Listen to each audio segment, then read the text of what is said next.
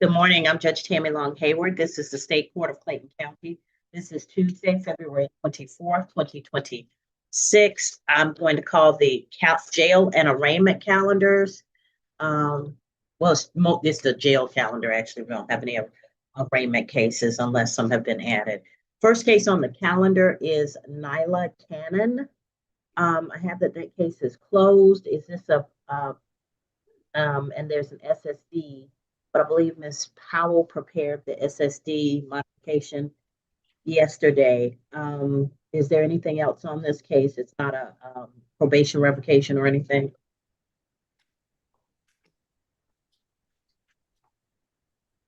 Are you asking defense, Your Honor? Yeah, because all I have is that it's closed, but there's a pending SSD. I just want to make sure this is not a probation matter also. I don't believe it's a probation matter, Your Honor. All I see is that it's an SSD. Okay, and Ms. Powell, did we get the modification done for that? Yes, ma'am. I sent it over to you just a little while ago. Okay, so we'll make sure that that's signed if I haven't already. And we'll Ms. Cannon can go back down and then she'll be released on time served. Rakeem T. Halbert. Your Honor, that will be a negotiated plea today. Brandy Harris. It's looking like a plea, Your Honor, but I still need to consult with my client. Okay. Keshawn Jamal Johnson. Your Honor, for his battery provoke case ending in 11266, that's a not guilty, and we'll be waiving formal arraignment. Yeah. Your Honor. Yes. I'm Khalil Edie. I'm driving. I just wanted to pull over to get somewhere safe, but I'm stepping in for Chantel Lassiter, and I believe it was down for a bond hearing. Okay, so he has two cases. Were you aware of that? No, I'm actually just filling in for Miss Chantel. She's on a flight. Okay. My notes don't suggest it was a bond hearing. In fact, it just says hold for the attorney. Yeah, that's all I have. So, Your Honor, just to provide some clarity, Lister Holt represents Mr. Johnson on the 2023 matter, and he has a private attorney for his 2026 case. And that's who's checking in, or the person who's filling in for Miss Lassiter, Cherry Lassiter. The issue is that I don't have a motion for bond on this case. Does he have a bond for the 2023 case? Yeah, he's made bond on that, Your Honor. Okay. So hold on, Mr. Edie. Maybe you all can work something out. Because we would object to a bond because he clearly violated it by reoffending. So yeah. But beyond that,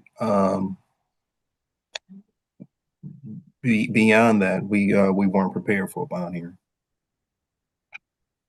So and I do have a question about his whether or not he's still considered indigent, that he needs to serve as a listener Holt. Yeah, because if he can afford counsel on one case, then we had this issue before with that gentleman, and he kept saying that the woman who was the victim on the first case was paying for the second. It was something crazy.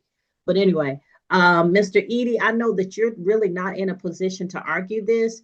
Is Miss Cherry Lassiter on a flight that's not going to end before the end of this calendar? I can find out. I just got the information yesterday, just asking to cover. So I can get that information. First of all, thank you for covering, because I think enough solo practitioners don't ask for help. And thank you for being willing to help. So yeah, if you could kind of get in touch with her office and see if they have any other information about this case, because I don't know if they knew that he had another case that was being covered by indigent defense. Okay, I will do. I will reach out to the managing attorney. I believe it's Nathan Wade, so she works for. So I will reach out to Nathan, and we share office space. So I'm actually headed there, and I should be there in the next 10 minutes. And I can. All right, so we'll be here for a while. Y'all can check in once you have some more information for me. Will do. Thank you, Yana. Thank you. All right, so we'll hold for that. Jeremiah Leandre Jones. Your Honor, that's a negotiated plea today. All right. Reginald Lamont Lyons. This is a probation revocation, is it? Yes, Your Honor. We're stipulating to the violation and accepting probation's recommendation. Okay. Right. Next is Kenneth Say Mahone. Yes, Your Honor, we will stipulate to the violation and accept probation's recommendation. Then Bruce Ricardo Otero Reyes. Same announcement, Your Honor, we'll stipulate and accept.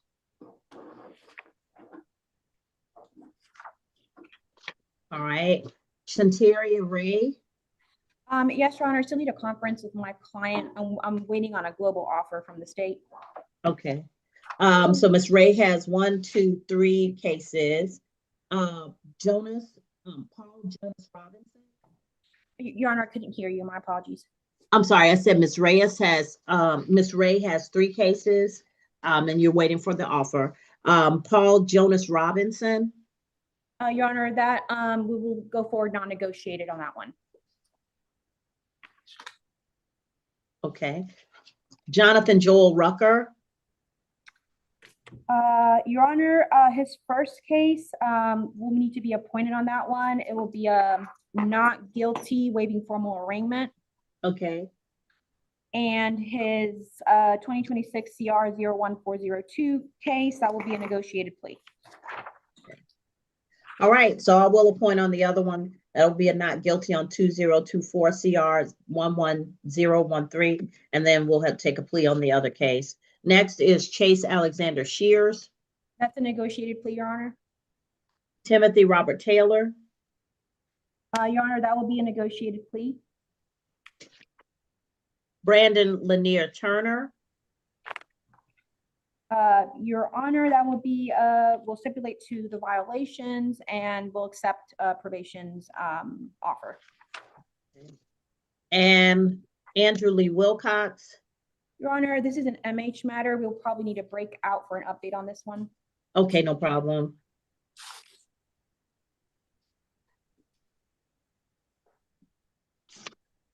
And Gary Liebert Williams. Your Honor, we will be stipulating to the violation, but we'll move forward non-negotiated. All right. Look at you. Look at y'all. All stuff already done. All right, so let's get started. We want to start with the males, or because I know that we probably want to clear out some of them so that you'll can get access to the females that you still need a conference with.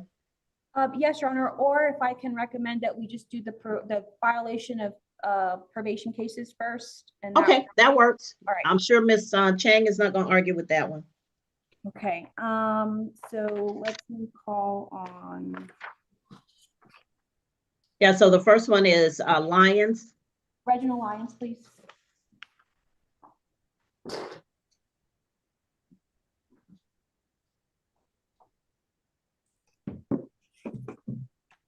All right, 1 second. Let me get it queued up.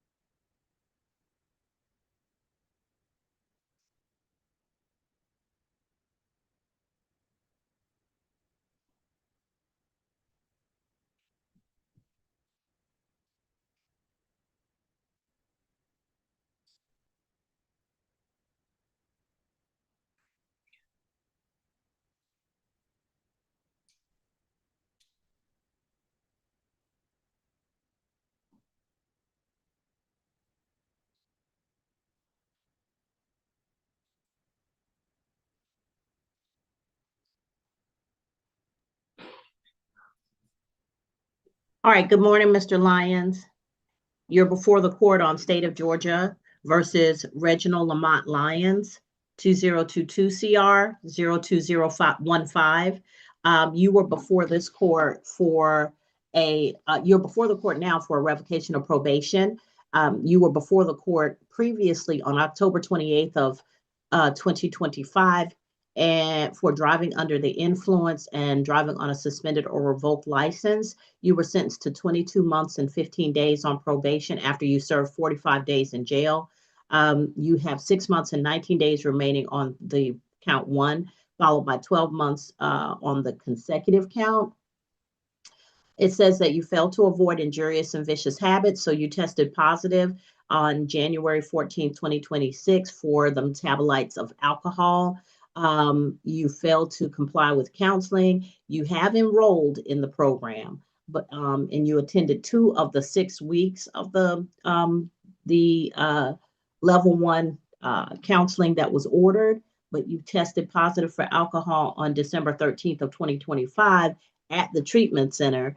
You were given information about an outpatient detox program, but you failed to provide proof of participating in or enrolling in that program. You failed to complete your risk reduction program, so you have not completed the DUI, alcohol, or drug use risk reduction program, and you failed to pay. You're currently $230 in arrears.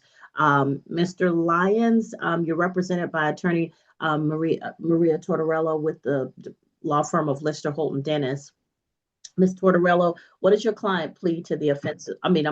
What have you all, I guess, worked out with respect to your client and this revocation of probation?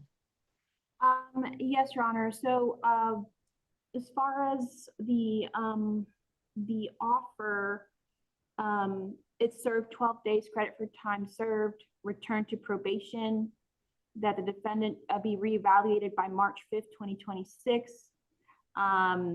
test each report, and attend 1 community support meeting per week. You said return to probation for 12 days. March 6th is a reevaluation. And you also said that he's going to test at each report? Yes, that's what the probation recommended, and he's getting a credit for the time he's already served. All right. Anything else, Ms. Chang? Good morning, Your Honor. With the reevaluation, he needs to disclose to the evaluator the positive drug screen, test each report, and attend 1 community support meeting per week.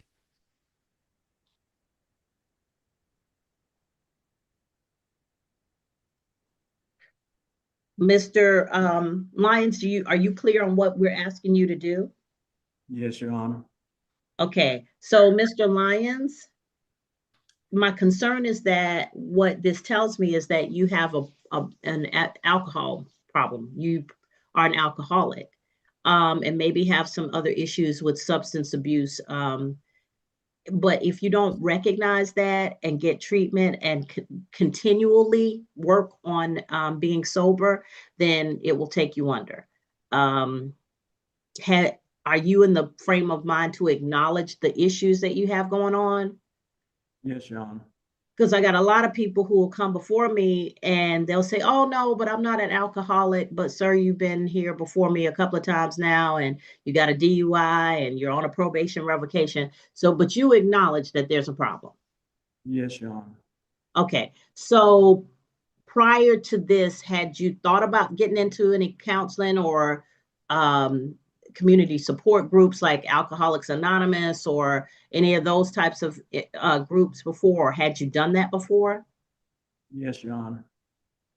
All right.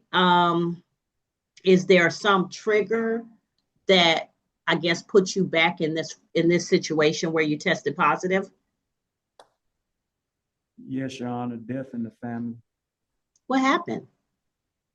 I had a close uncle of mine that passed recently. Okay. Grief will take a lot of people out of their normal program. I get that.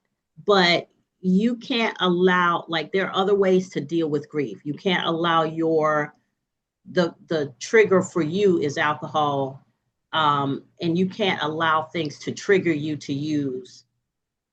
There are other means. If you think about maybe being with family members, maybe prayer, maybe if you're not that type of spiritual person, maybe there's some other meditation, maybe there's some other things that you can do. Grief support, if you go to a grief support organization where people kind of sit around and share not just the grief, but how they deal with the grief. There are all kinds of alternatives to drinking when you have a situation such as this, okay? So I'm just wanting you to consider those things and to fall back on the things that you're learning in your training. Now, I do want you to do the risk reduction course. You need to complete that. We have a timeline for that, Ms. Chang. Originally, probably gave him 3 months from his sentence date by January 28th. So that's passed. I don't have a timeline, Your Honor. I don't know if financially he's able to. What's his financial circumstance, Ms. Tortorella? He's having financial difficulties right now, Your Honor. Is that correct? That's correct. So he's not financially stable at this current time. Yeah, go ahead.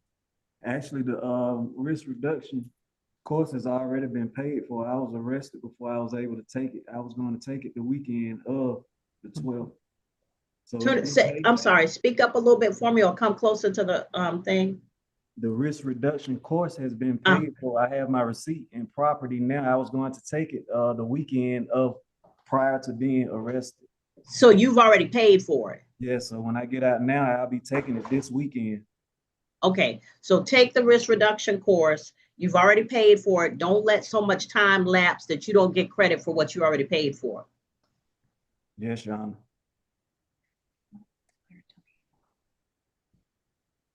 And also, I didn't complete the counseling treatment. She referred me to a Claritel behavioral health. And I've been seeing a psychologist and also a therapist, and they gave me prescription medicine in order to take to stop the tremors and all. And I have been waiting on my medical card to come as far as so I can get. She wanted a letter from the doctor saying that I was medically stable to receive outpatient substance abuse. And so all right. I just received that February the 1st, and I was looking for a primary caregiver. And then I get that letter, and then she was gonna reinstate me in that as far as getting the treatment. I mean, the for the what is it, ASMP? Yes, ASAM program. Yes. All right, so I'm gonna give you until March 20th to do your risk reduction course.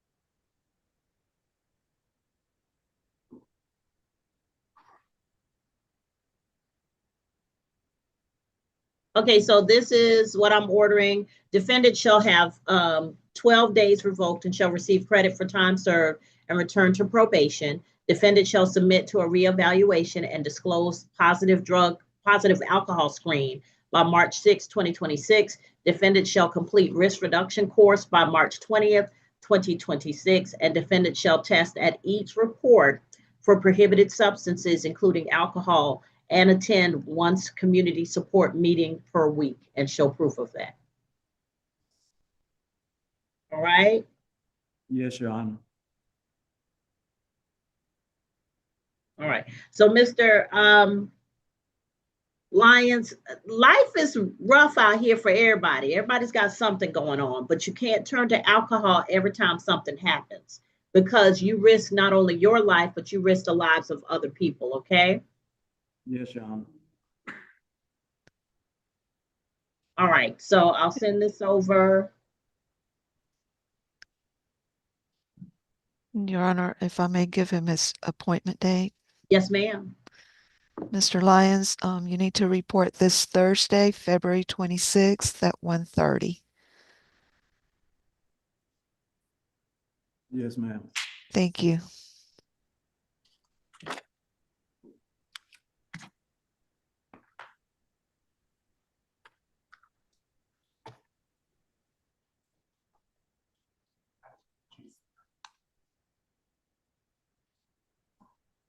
All right, who's next?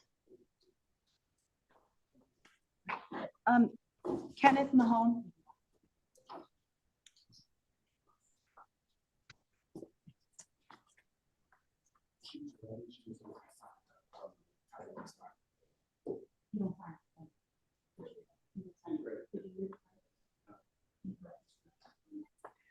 Mahone, Kenneth Mahone.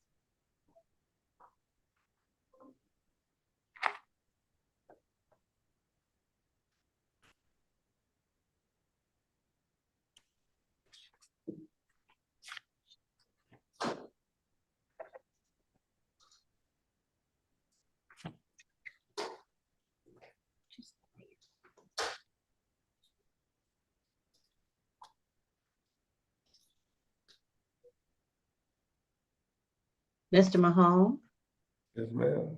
raise your right hand for me, sir. You solemnly swear or affirm any testimony you give in this matter will be true? Yes, ma'am. All right, you can put your hand down. So, Mr. Mahone, you're before the court for case 2025 CR 08374. You were before this court on October 21st of 2025. You were sentenced to 12 months on probation for a DUI alcohol less safe. You have 5 months and 27 days remaining.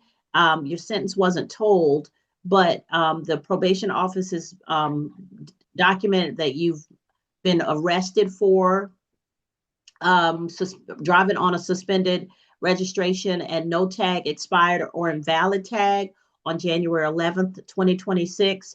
You also have tested positive for cocaine on January 7th of 2026. You failed to document proof of completing a clinical evaluation. You failed to document proof of completing a DUI alcohol or drug risk reduction program. You failed to document proof of completing 40 hours of community services you were ordered to do, and you're $480 in arrears. Mr. Mahone, why can't we get anything done? Ms. Tortorella, what's going on with your client? So my client is having financial hardships, Your Honor. He's been depressed. He was actually getting ready to start his community service, but he was working with his doctor because he needed documentation. Because he's a disabled veteran, he can't do certain things, so he was getting all that squared away. Yes, that's basically, he's disabled. He depends on somebody to drive him around. He's been depressed, and he is not financially stable at this time. Is he taking advantage of any of the programs at the VA? Yes, ma'am. I'm doing that now, man. I'm trying to get my disability and everything. I've supposed to be going to evaluations this week and last week to get that squared away too. I'm taking, I have procedure is done the first of every month, which I've been doing for the past 2.5 years, for 3 days, basically chemotherapy for my conditions. And, I get that, Mr. Mahone, but cocaine ain't gonna fix nothing. well, I have a lot of pain, and I was depressed at the time, and I didn't have the medication I really needed. So it doesn't happen very often, man. It really doesn't. But things got a little, this is my first time dealing with this on top of everything else. So I was weak for a few. Okay, so let me understand if I'm hearing you correctly. You are participating in programs at the VA. You do have a chronic medical condition that requires you to have some kind of medical procedure or infusion at the beginning of every month. Is that correct? Yes, more than one condition. Okay. And when you kind of been dealing with that and things have been hard, so that's when you sought out the cocaine to kind of deal with the pain and depression. Yes, ma'am. I cannot work right now. I got you. Another thing. What do you feel like you're able to do within the next month to 2 months? Can we get the classes done? I'm not asking about the community service because I want to wait until you're evaluated for that. But what about the classes? Yes, ma'am. I can get the classes done now. I've taken care of the registration for the car, and I've gotten the permit to drive. Well, my license is back. It should be fine now. Anyway, that's what he told me. February the 20th, my license would be okay. But I do have the permit to drive now at least. But I wasn't driving. I was trying not to until I got that situated. So that's why the registration wasn't done. Okay. Ms. Chang, what's your recommendation on this?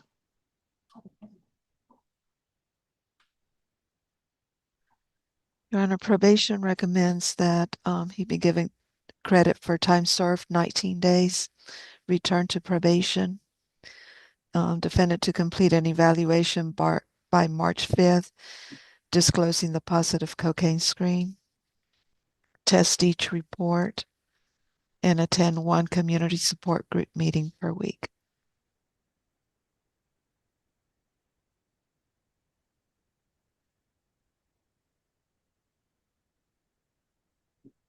Okay. So I have 19 days credit for time served, return to probation, evaluation by March 5th, and disclose the positive cocaine test, test at each report, and 1 community service group per week. That's correct, Your Honor. Mr. Mahone, if you do any of these things through the VA, if it's equivalent to what we're asking you to do, I'm fine with that. Just make sure that you have documentation, particularly for the community support group. I know the VA has programs that they have where you can have group meetings and group support. So if you do those, just get the documentation. That's what I'm asking you to do so you can submit it to Ms. Chang. I will, ma'am. All right. So Mr. Mahone, we're pulling for you, but we can't do it for you. You understand? And I get when you're dealing with chronic medical conditions, people who don't have them don't always understand the pain and the kind of like the situations you go through on a daily basis. I'm trying to be aware of the fact that you're dealing with some stuff that I probably don't even understand. I want to, and that's it. I'm sorry. I get that. But what I say is, I don't want you out here on the street driving with substances that could impair your ability to drive because you risk your pain being somebody else's pain. You got me? You risk hurting somebody else, causing somebody else to lose their ability to move, to work, that you would put somebody else in the same situation you're in or worse. And so I ask that you continue to be mindful of that. I'm trying not to do that. I haven't done it for 65 years, but I waited this long. Okay, well, I want you, like I said, you still got some time with me. I want you to continue to take advantage of the programs at the VA, go to the community support, do those things that you know that are necessary. And I know the VA can be frustrating. My mom was a veteran, and I dealt with the VA here when she came and stayed with me while she was recovering from a surgery for like 9 months.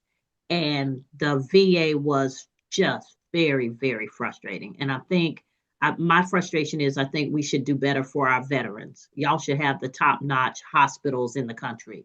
Y'all should have access to everything that you need, holistic medicine as well as standard medicine. But until we get to that, let's do the best we can with what we have. Okay. All right. Well, all right, sir. So I'm going to revoke 19 days, give you credit for time served, return you to probation. You're going to do your evaluation by March. You'll reevaluate by March 5th. You're going to disclose that you had the positive cocaine test. You're going to test at each report for substances, and you'll attend one community support group meeting per week and take advantage of any other VA programs. If you take advantage of programs that we have not talked about, bring the information anyway. Okay? All right. Anything else, Ms. Tortorella? Nothing further on behalf of Mr. Mahone, but only, Your Honor, if probation can disclose his report date. Yeah. Go ahead, Ms. Chang. Yes. Mr. Mahone, you need to report this Thursday, February 26th at 2:30. Be there.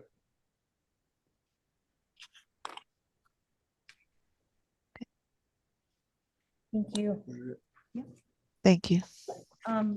Bruce Otero Reyes, please.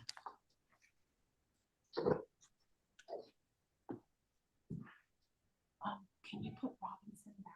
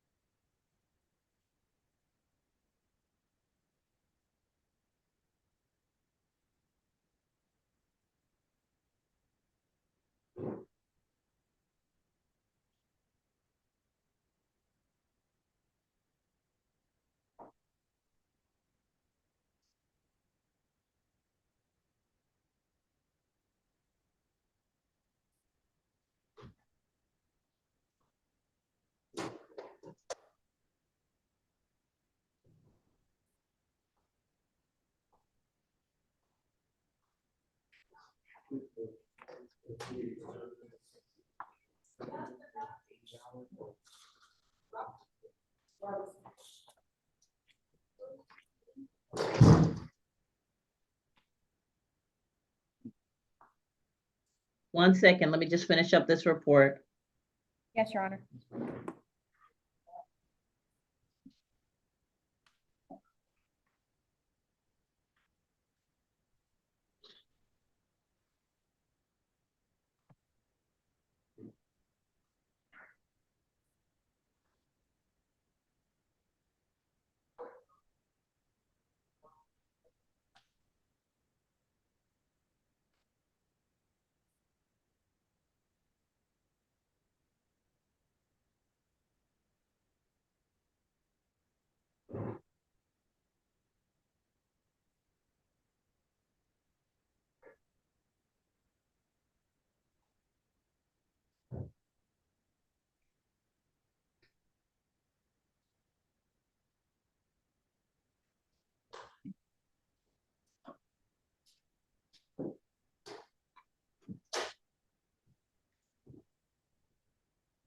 All right, Mr. Otero Reyes, raise your right hand for me. You solemnly swear or affirm any testimony you give in this matter will be true. Yes, ma'am. All right, you can put your hand down, sir. So you're before the court for Bruce Ricardo Otero Reyes on case 2024 CR 08860. You were before this court for theft by taking on the 12th day of November 2024.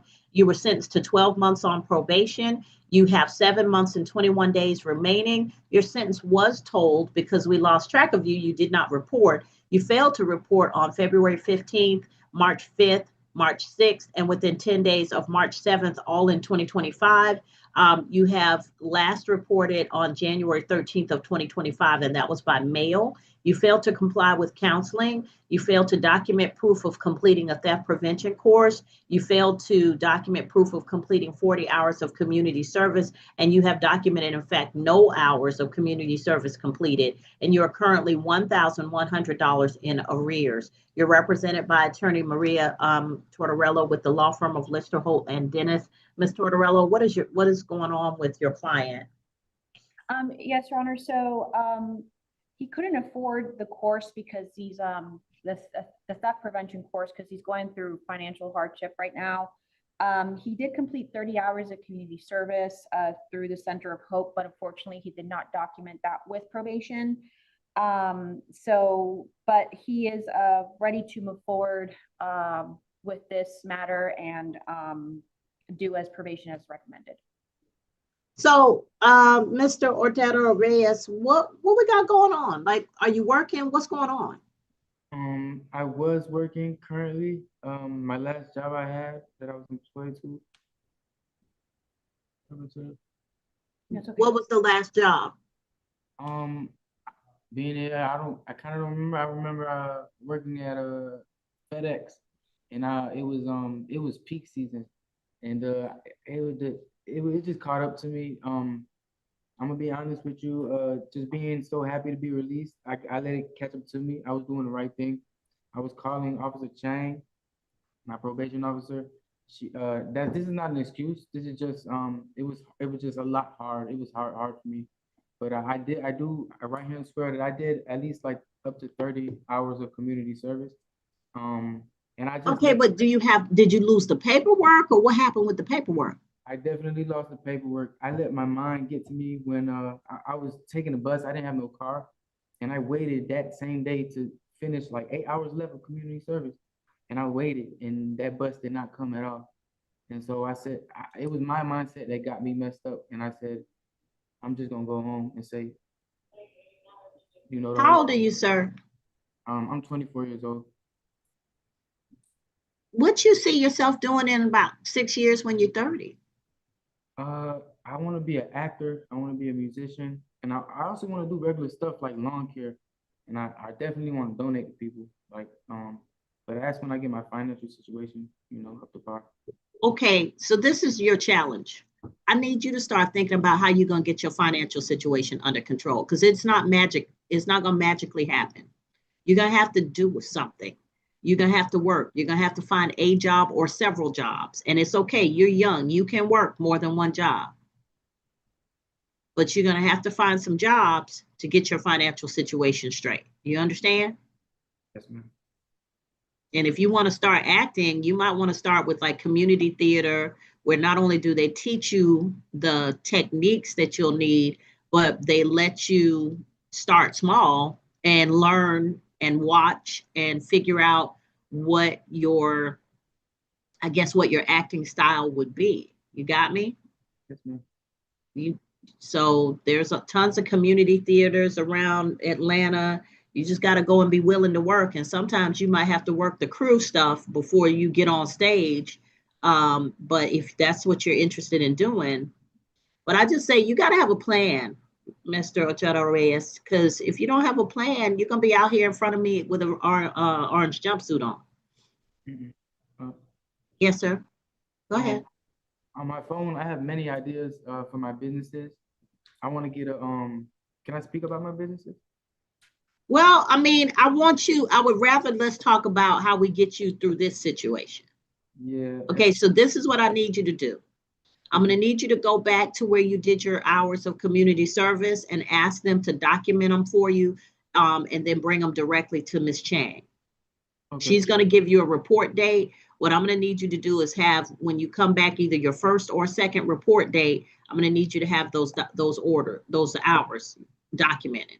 Okay, because this shouldn't be still going on.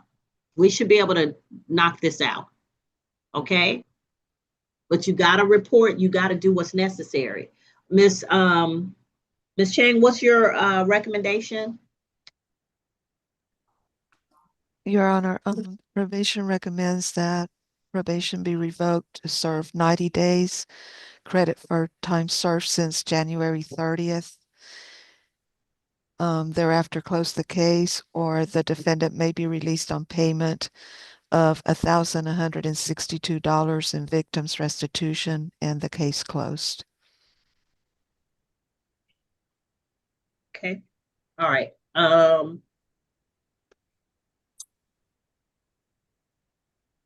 actually okay with that.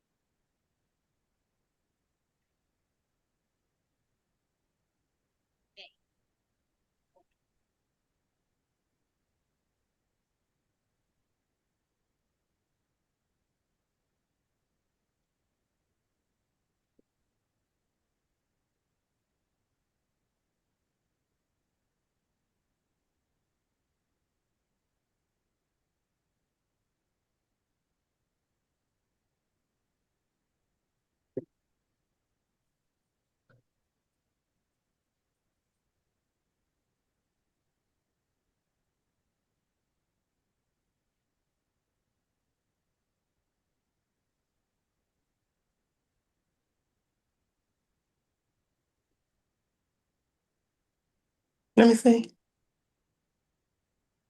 I can't see. What you think it say?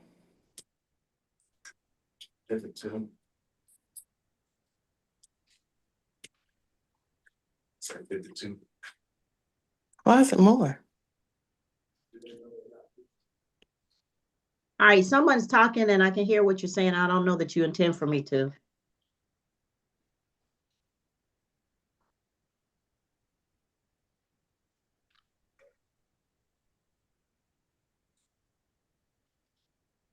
All right, so Mr. Otero Reyes, you're going to serve 90 days with credit since January 30th, 2026. After service of 90 days or upon payment of $1,162 in restitution, your case shall be closed, whichever of those things shall happen first. All right.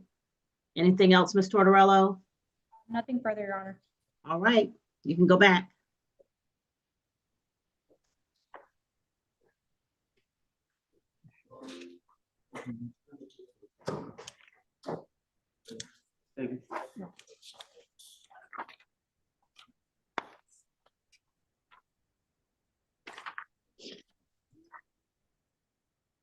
Brandon Turner.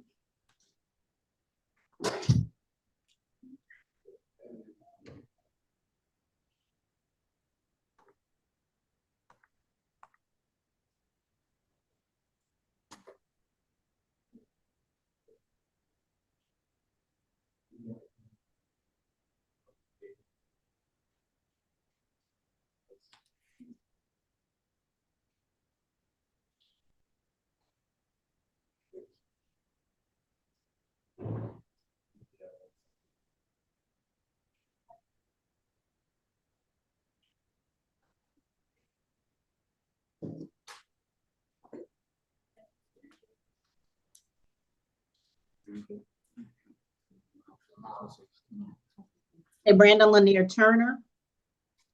Mr. Turner, Yes, ma'am. raise your right hand for me.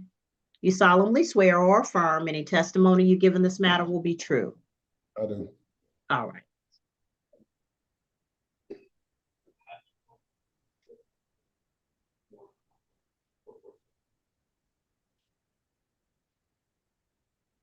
All right, Mr. Turner, you're before the court for case 2021 CR 08044.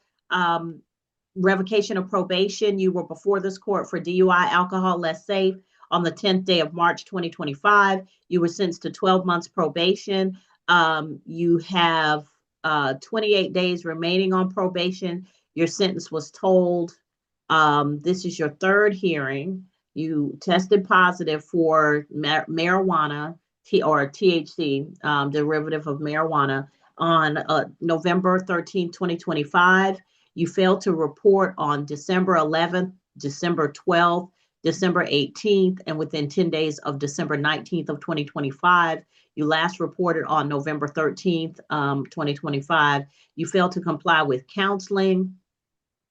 You had documented 3 of your 20 classes for ASAM level 1 long-term substance abuse treatment, and you failed to document proof of attending a community support meeting at least 1 time per week. You last documented one on October 8th of 2025. Ms. Tortorello? Yes, Your Honor. Like I've announced previously, we're just going to stipulate to the violation and accept probation's recommendation, Your Honor. All right, Ms. Chang? Your Honor, probation recommends that 28 days remaining be revoked. I believe credit for time served was part of the offer. Ms. Chang? Credit time served since February the 5th. All right. So, Mr. Turner, what's going on? Why we can't get it together, sir? I have been doing a lot better. I didn't, the last time I tested positive, I honestly, I had not been smoking, but I knew the story was just too kind of outlandish to try to like say, hey, you know, this what's going on. And I've been going to ASAM classes. I got like 4 ASAM classes left before I got arrested out of the 20. I started them in September and I got like 4 of them left, since I got arrested. I get that, but why weren't you reporting? The last time I reported, I was going to report, and I seen I had like the warrant already out when I was going to report after the November time when I went and tested, and I just really didn't want to spend Christmas in jail. How old are you, Mr. Turner? 38. How long we gonna play with our life, Mr. Turner? I've made a change. I know it's being here in this position right now, it's hard to see that and see like, what the stuff is going on. But, that's just me being accountable. I can't really, it's not for you to believe it or not, it's for me to actually do it. So I can't really say. True words. True words. I respect that, Mr. Turner. Mr. Turner, you have kids? Yes, ma'am. How old are your kids? I have a 15-year-old son. Mr. Turner, you know how, like I got one of them. You know how crucial that time period is? I do. You know how much you're missing by being in here? I do.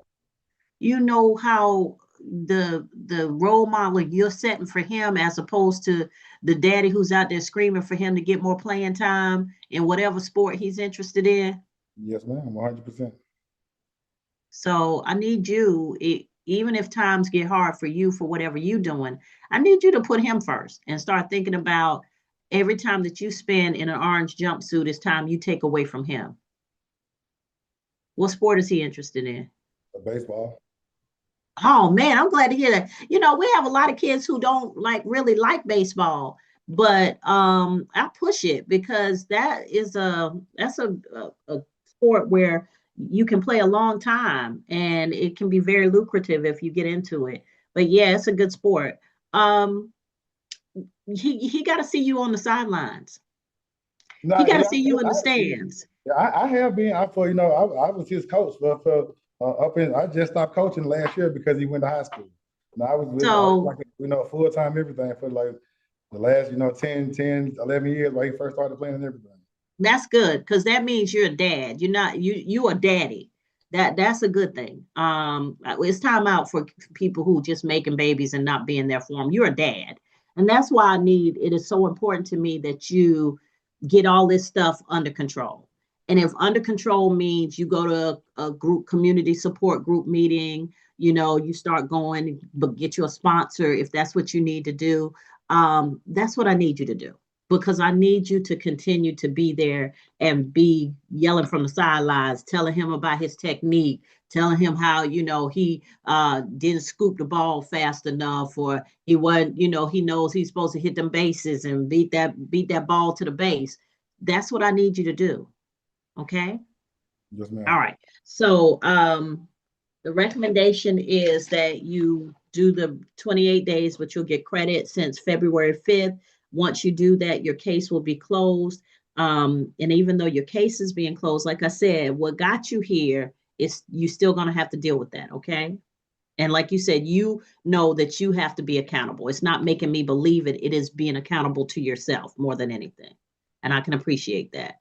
Yes, ma'am. All right. So, go ahead. Your Honor, we can't hear you. I'm sorry. I'm going to go ahead and get this typed in and send that over.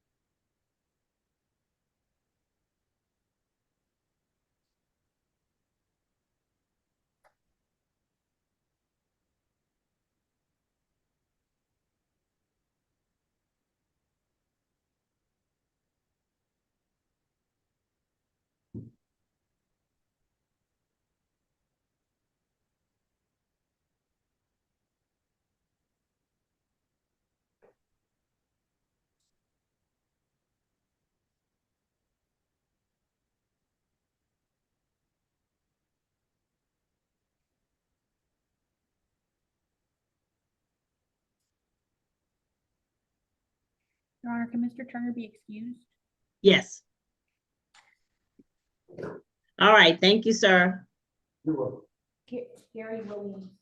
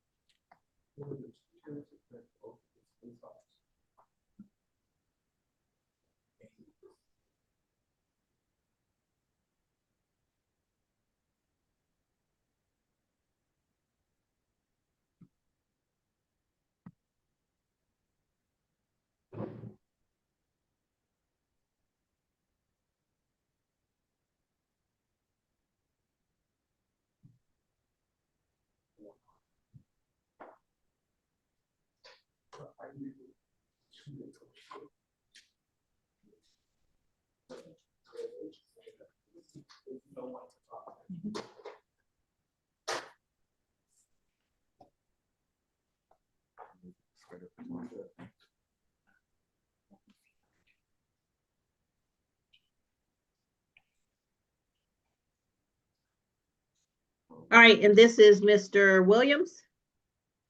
Yes, Your Honor. Raise your right hand for me, sir. You solemnly swear or affirm any testimony you give in this matter will be true. Yes, Your Honor. All right. You can put your hand down. You're before the court on a probation revocation for State of Georgia versus Gary Liebert Williams.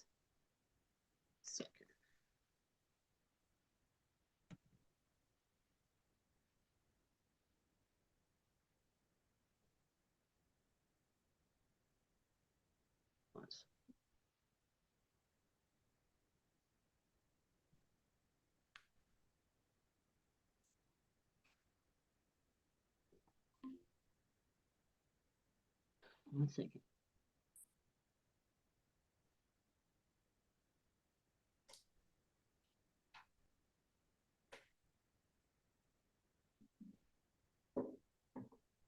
All right, so sir, you're before the court on case 2022 CR 05077. You entered a plea on September 22nd, 2025 for reckless driving. You had 6 months and 17 days remaining on probation. Your probation was not told. It says that you tested positive for the metabolites of alcohol on January 14th of 2026, and you failed to pay. You were previously arrested for testing positive, if I'm not mistaken. Let me see. Yeah, so the warrant was issued for your arrest for violation of probation. You tested positive for alcohol on October 6th of 2025 on your first test. And so you spent some time in jail on that, and then you were released back to probation. So Ms. Tortorello?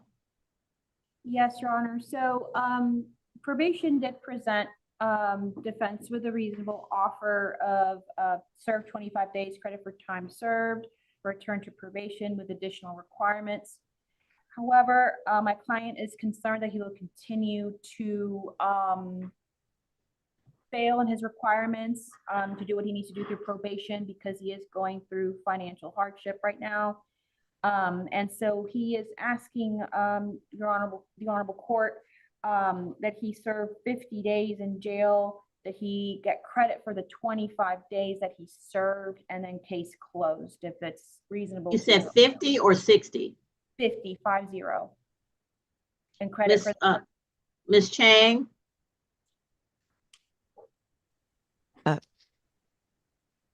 We were recommending return to probation, but if it's agreed to, I would say 60 days. I would say 60 days. Okay. Is it that you think you're going to keep testing positive, Mr. Williams? No, it was just so hard for me. I was just struggling with the payments. Also, you know, it's just kind of rough. I don't drive, and getting around to Armada to try to go to these classes I would have to try to attend to. They were so far out for me to go to. And, you know, like even when I get out, I lost where I was staying at. You know, I'm not going to be able to stay there no more. So I have to worry about that and then find employment, you know, so it's like kind of a little rough on me, you know, trying to get around and have to manage. Okay. Yes, ma'am. All right.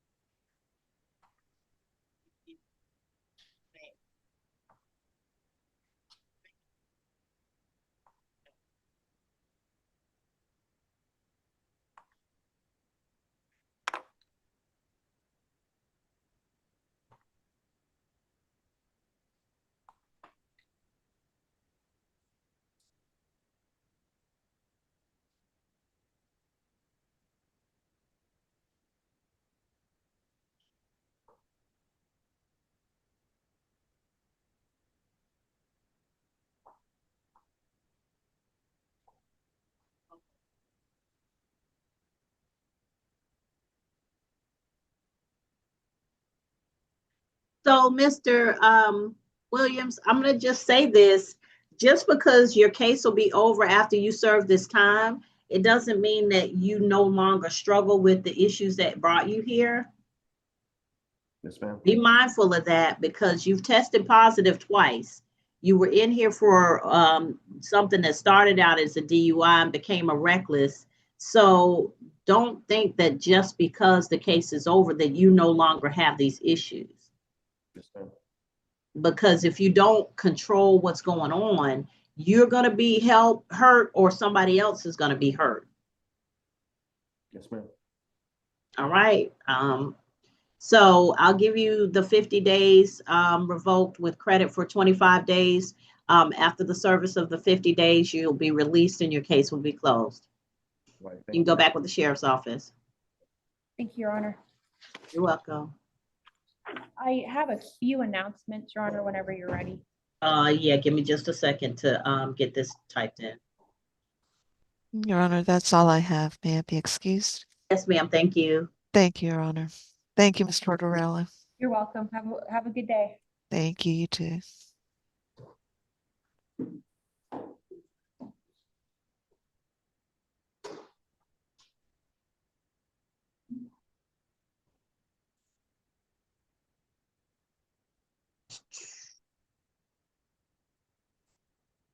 Okay. So that's done.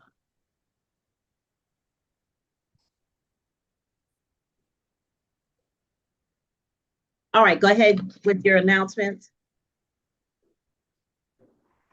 Yes, Your Honor. For Ms. Brandy Harris, I'll be a negotiated plea today. And then I'm sorry, you did what now with Miss Brandy Harris? yes, I'll be a negotiated plea. Okay. And then for Mr. Robinson, Paul Robinson, that will also be a negotiated plea. All right. So Miss Cherry Lassiter is on, and I wanted to hear from her. I know she's traveling, so I wanted to go ahead and get her taken care of. Thank you for. Good morning. I hate to bother you. We were kind of confused. I understand. And I know that Mr. Edie didn't have all of the information that you might have. So did you know your client has 2 cases? Yes, I recently found out that he has another case from 2023. And again, thank you for working with me with this Zoom call right now. I appreciate the court understanding. He has, I was able to speak with the public defender on last night and this morning. I do realize he has another 2023 case. I did not think that was the same victim. However, the victim in our case has contacted the Ms. Hunter, which is over the case in Superior Court, because we had this matter. We thought we were getting everything combined in Superior Court, but there was some confusion about the combining of the cases and jurisdiction and things like that. So at this point, Mr. Johnson, we filed a motion for bond, but the case number changed. So we had a 2025 case number, and they combined some things, and the case number changed. So I don't believe that motion followed the case number that So we it filed for came bond. from this is a case that's coming down to us from the Superior Court. I believe it started in magistrate court. Uh-huh. And then it moved to state court. We were trying to have it moved up to Superior Court because there's another Superior Court. Okay, and you But filed a as of this bond. time, it had not been transferred. Okay. So are you also wanting to take this 2023 case, or you want to leave that here in state court?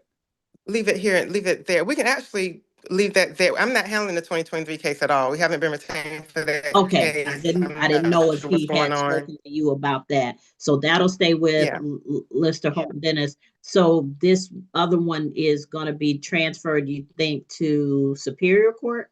We can leave it in state court, Your Honor. I'm fine with that. We can keep them separate. I was just trying to, judicial efficiency and make it easier for the court, but it seems it's not easier to get everything put together.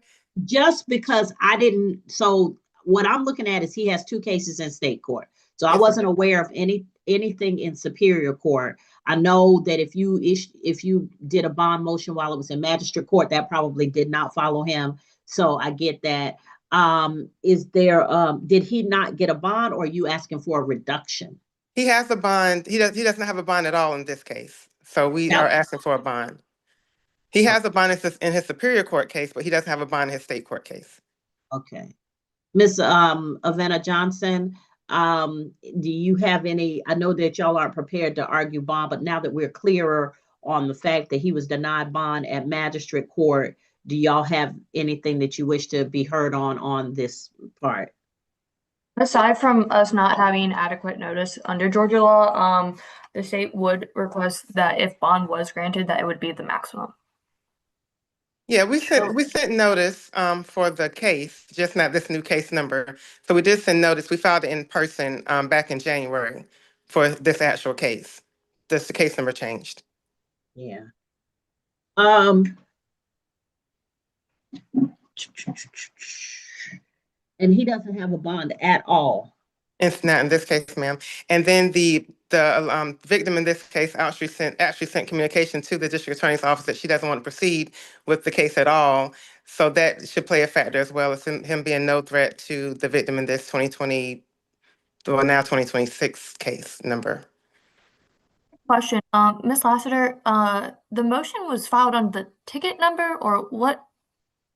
We emailed you a copy of it this morning, just so you can see the file stamp copy, because we had to hand deliver because for some reason we couldn't file it through Peach Court, through electronic means.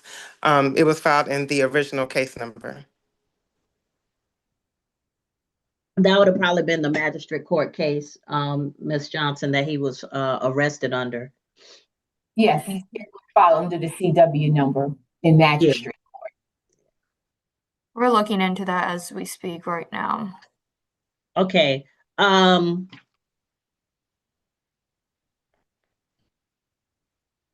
the victim has been trying to contact the victim advocate. It's just been a lot of confusion over who to contact and who to speak with because things have been changing. So she's been sending emails and trying to locate someone who can assist her and take her statement that she does not feel threatened by Mr. Johnson and she has no objection to bond. Okay. Not sure why he was no bonded unless they saw a previous, I guess they may have seen a previous case or they had access to his record, which I do not have access to, but magistrate court judges do have access to the record when they do the bond hearings. I believe the issue is that he had another case with another victim that was pending. It's been a lot of things going on prior to now, like years ago. So I think that it's just a combination of what has happened and transpired over the years. But at this point, the victim does not have any issue with him. I think this case started in 2024, 2023, I believe. And I also don't believe it's the same victim from the 2023 case that I don't have. But I don't have access to that file. The issue would have been that he would have been subject to a bond revocation anyway because of picking up another case while he was on bond for a previous case. And so, you know, in addition to having no contact, there's also the provision that you have no new violations of the laws of the state of Georgia when you are on bond. So,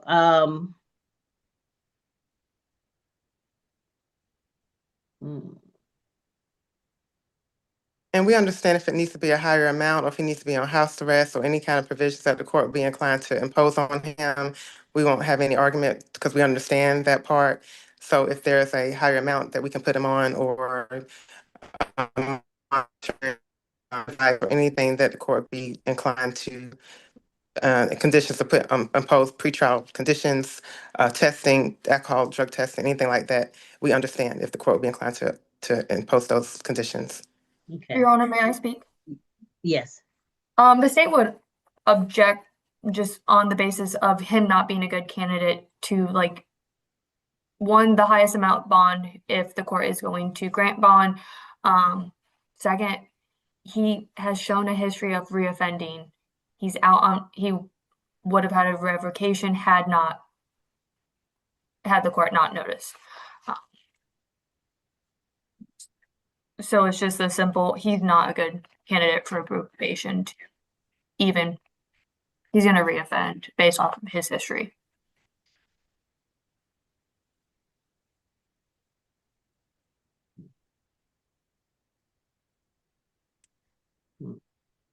Yeah, and I also believe his father is in the courtroom. I can't see the whole courtroom right now, but I believe his father said he will be employed with his father at a storage unit facility, working with him, and he will be monitored and living with his parents at the time if he's able to be released on bond. And again, I said he could, if the court is inclined to impose a higher amount, that would be understandable as well as any type of conditions to check in or have an ankle monitor or anything like that. Miss Can we bring Mr. Johnson out? Because I want him to understand what I'm saying or what's going on. And Your Honor, his father is in court. He's present. I see him.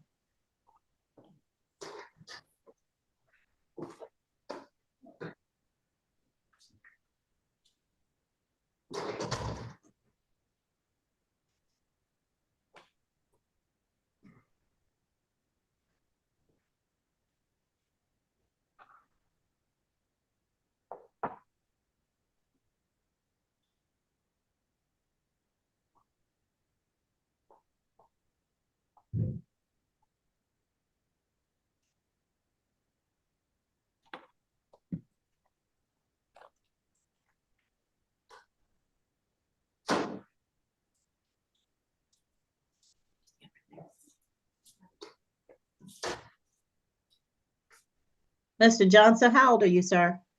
Good. How you doing today? I'm sorry? I'm good. How are you today? I'm good. How old are you? 24. So, Mr. Johnson, for somebody who's 24, you got a lot of stuff going on in my court. And these are some older cases, which meant that you would have been 21, 20 when these happened. You got a 2023 battery by provocation, simple battery. And then you got a 2026 simple battery, family violence, battery, simple battery, family violence, simple battery. The reason you're out here is because your attorney has been able to come on and make herself available in the 2026 case. Your other attorney is here and has already spoken to you about your 2023 case. The concern is that every time you have an opportunity to get out, you get another case. And so the risk is your attorney's asking for a bond, your dad's here wanting to support you on a bond, but you would have had your first bond revoked had these cases come to me earlier because you picked up another battery case. Wow. So what's going on? Like, I don't even want you to tell me. This is what is going to happen. I feel like you need to be taking some anger management or family violence intervention courses if I do give you a bond. Yes, ma'am. But here's the thing. So it's a 24-week course. If you miss one course, you're coming back to jail. Yes, ma'am. Because here's the problem I'm having. I don't know what is going on that you keep picking up these type of cases. And I don't want you to say anything to jeopardize your defense in this case. But what I will say is when you get arrested for this type of thing repeatedly, then you're probably putting yourself in a situation where you're coming to the attention of the police for something like this. Yes, ma'am. All right. So, Miss Savannah Johnson, yes, I haven't named an amount yet, but I do. I was just made aware that he does have a felony battery family violence with Judge Mack in Superior Court. Is it pending or was it resolved?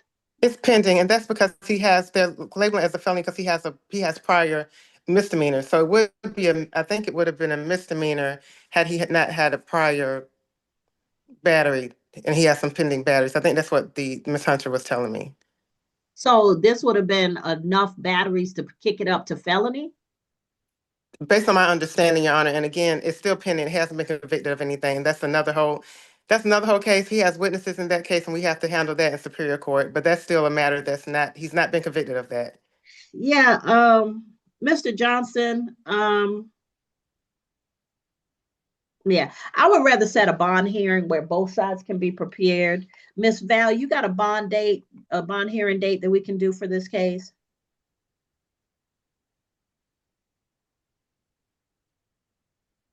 After you want it, Judge. I have March 16th is our motion calendar that we can hear it. Yeah, that'll work. March 16th at 10 a.m. Yep.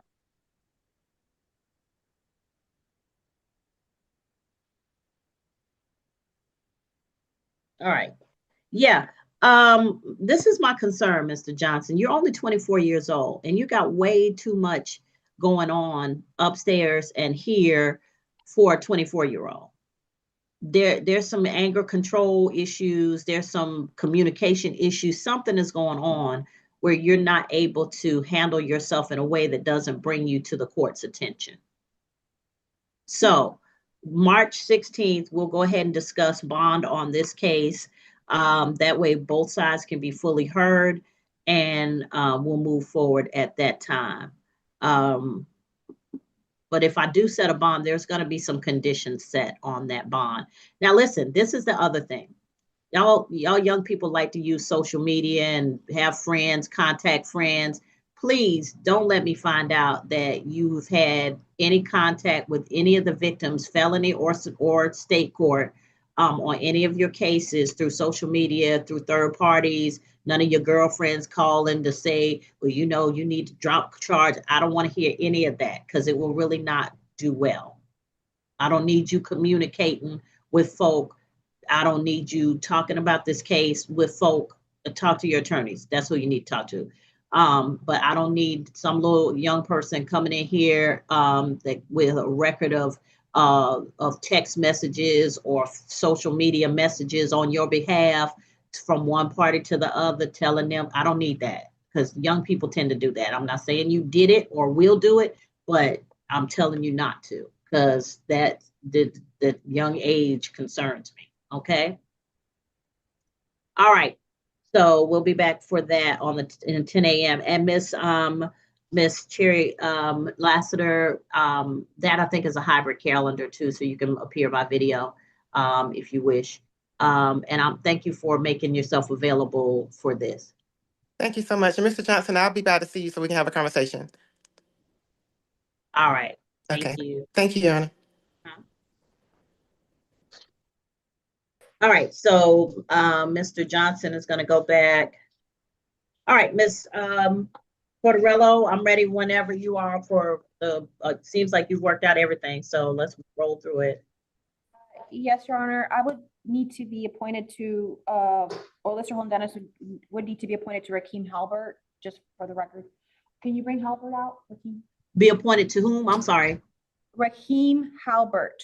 Oh, I thought, okay, I'm sure. I thought I had done that, but no problem. Sorry. I just.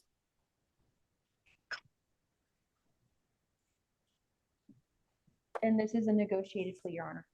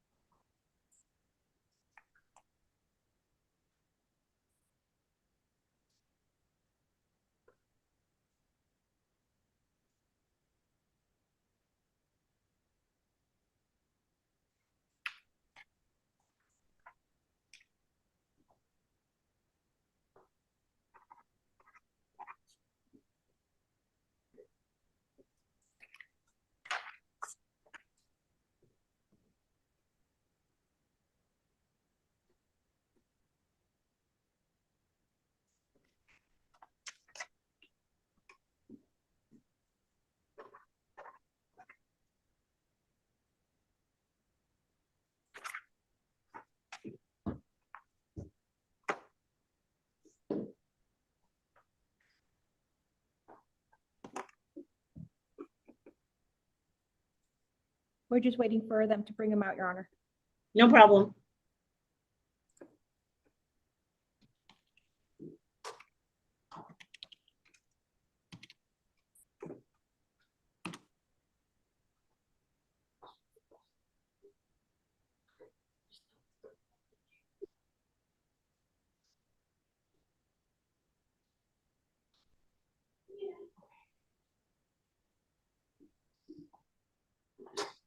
Your Honor, the deputies are having some trouble getting the inmates out.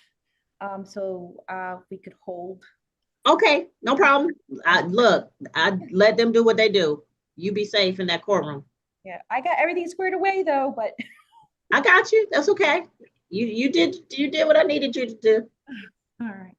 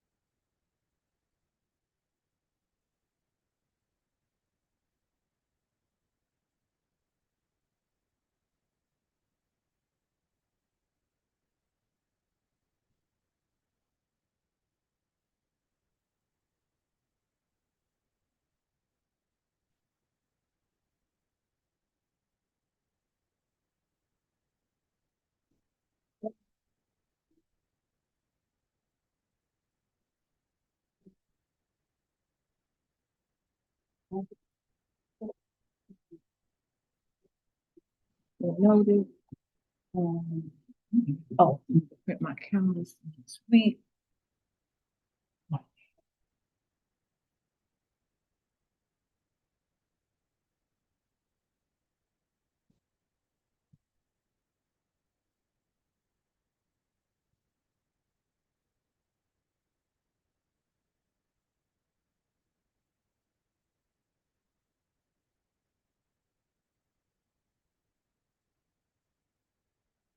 Yes, ma'am.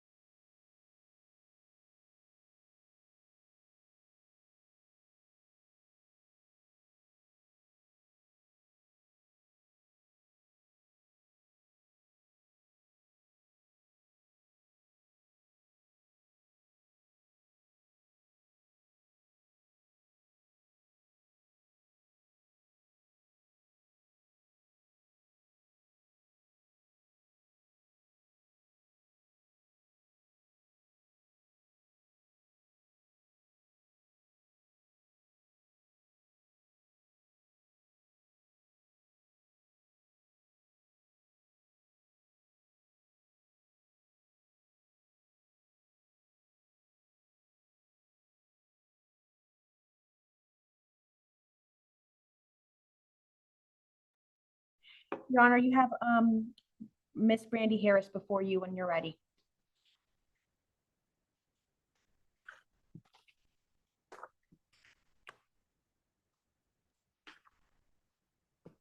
Ms. Harris, raise your right hand for me. You solemnly swear or affirm any testimony you give in this matter will be true. Yes. All right, you can put your hand down. Ms. Tortorello, your client is before the court on 2026 CR 01223. What does she plead to the offense of theft by shoplifting? Your Honor, that will be a guilty plea. All right, by entering a plea of guilty, ma'am, you give up the right to have a trial by jury or judge. You give up the right to have the state prove your guilt beyond a reasonable doubt. You give up the right to have the presumption of innocence in your favor. You give up the right to confront witnesses, subpoena witnesses, present testimony and evidence on your behalf, to not incriminate yourself, and if you're not a United States citizen, a plea of guilty or no contest could negatively impact your immigration status. You understand all of these things, Ms. Harris? Yes, ma'am. Factual basis recommendation, please. January 12th, 2026, Clayton County officer was dispatched to the Family Dollar store located at 5638 Riverdale Road in regards to a theft in progress. Dispatch had notified the officer of what the defendant was wearing at the time of the theft, which was a brown coat and blue jeans. And the officer was able to identify the defendant, who had then entered the beauty emporium next door to the Family Dollar. When he made contact with the defendant, she was placed into temporary custody and checked for the contraband or weapons, in which the officer located the stolen items, which was a Family Dollar red shirt, value of $12, shorts, value of $8, underwear, value of $9, making the total of stolen contraband $29. When officer spoke to the defendant, she stated that she stole the items because she was homeless. And after that, she was taken into custody by the officer. The state's recommendation for theft by shoplifting is 12 months to serve, 29 days, credit for time served, balance suspended. All right. So, Ms. Tortorello, I'm going to accept your client's plea of guilty. Ms. Harris, I'll sentence you to 12 months to serve 29 days, credit for time served. Balance will be suspended as long as you have no new violations of the laws of the state of Georgia, and you cannot go back to the Family Dollar at 5638 Riverdale Road, Riverdale, Georgia, Clayton County, during the course of this sentence. Okay? Yes, ma'am. All right. So, Ms. Harris, check with the chaplains. It's cold. So when you get released, you may be able to go to Hearts to Nourish Hope or one of the other community support organizations that we have here in Clayton County. But please try and get the information, or if they have like any coats or anything that were left over from lost and found, please make sure you get one, because it may not have been this cold when you came into the jail, but it's cold now. Okay. Oh, that's all right. Mhm. Yes. Yes, ma'am. It was in the 20s this morning. Oh, All right. okay. Thank you for everything. You're welcome, ma'am. Mhm. All right, next. What's the update? Okay. Your Honor, I'm still negotiating on Miss Ray, and the inmates are stuck in the cell, so they're working on that. Okay, that's fine. And Miss Vina Johnson, you were sent a text regarding Miss Ray, so whenever you're ready. I just saw that text.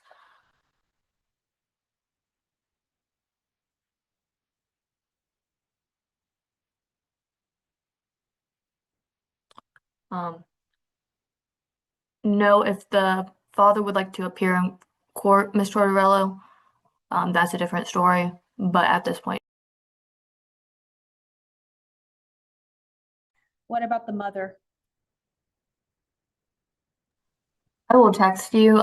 It appears I got muted when I was discussing with you, so Okay. I will text you.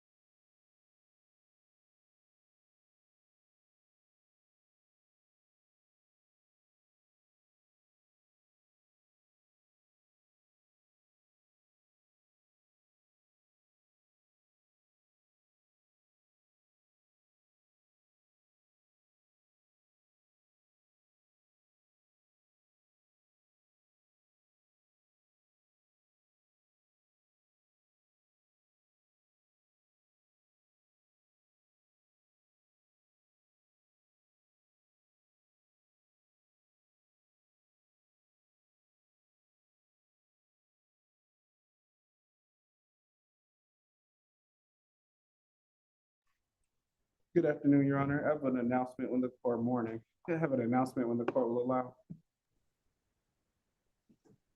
Yes, sir. Ms. Ray, we have a global offer agreed with the state, so we're ready to take her plea whenever the court will allow. She's actually being brought out now, if that's okay.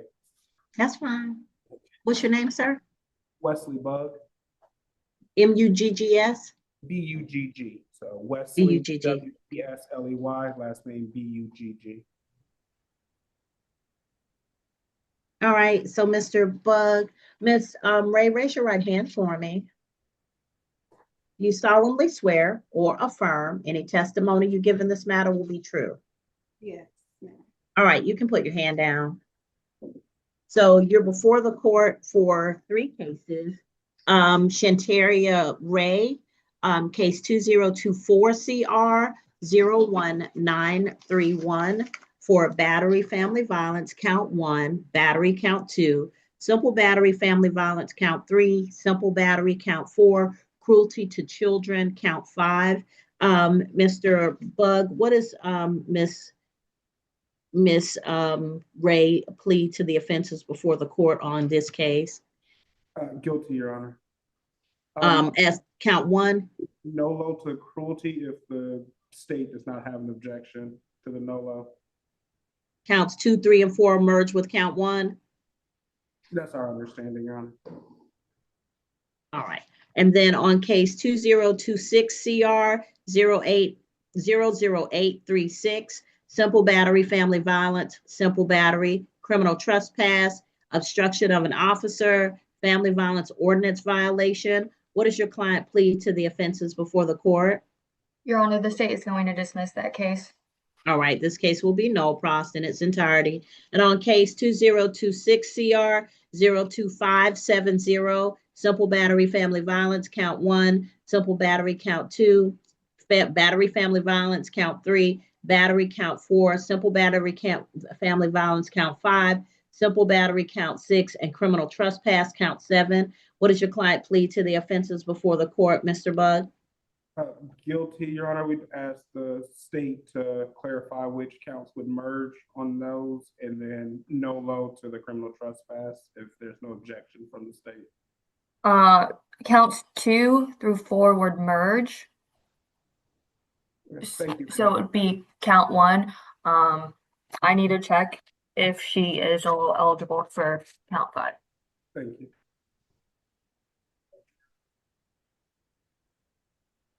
She is NOLA eligible, so no objection for NOLA.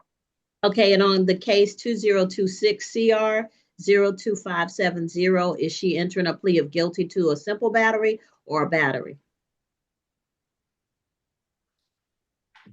You have 7 counts on that case. Battery, Your Honor. Okay, so count 4 is the battery. Entering a plea of guilty. Counts 1, 2, and 3 will merge with count 4. Counts 5 and 6 will merge with count 4. Count 7 is a nolo. Yes, Your Honor. All right, so by entering the plea of guilty and nolo on case 2024 CR 01931, and by entering the plea of guilty and nolo on 2026 CR 02570, Ms. Ray, you give up the right to have a trial by jury or judge on any of the cases.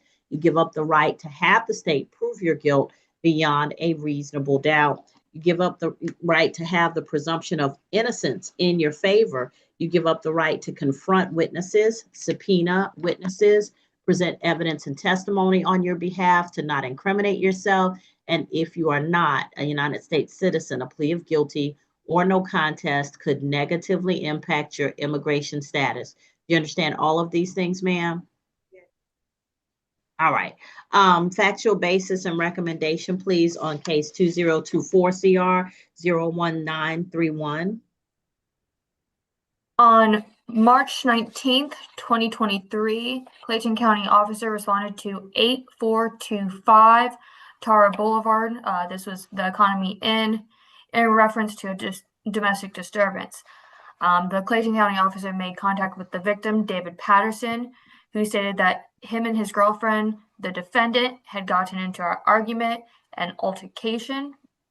The officer observed a fresh cut on the victim's eyelid, arm, elbow, and arm, all of which were still bleeding. The victim did state that the cuts were old, but he didn't remember how he got them. The officer then made contact with the defendant, who stated she had grabbed the victim's cell phone, and that the victim never struck or assaulted her, but that she doesn't remember striking him, and became enraged during a sexual entanglement. Based off of the statements from both individuals, the officer was able to determine that the defendant was the primary aggressor and was taken into custody. The state's recommendation on 2024 CR 01931 is that count 1 is 12 months to serve, 15 days, balance probated, a $500 fine, 40 hours community service, complete violence intervention program, and no contact with David Peterson, the victim. Counts 2 through 4 would merge. As for count 5, it would be a 12 months, a $300 fine to be served concurrently with count 1, and to complete a parenting course.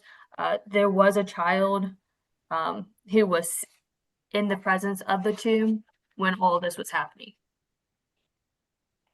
Okay, on case 2026 CR 02570.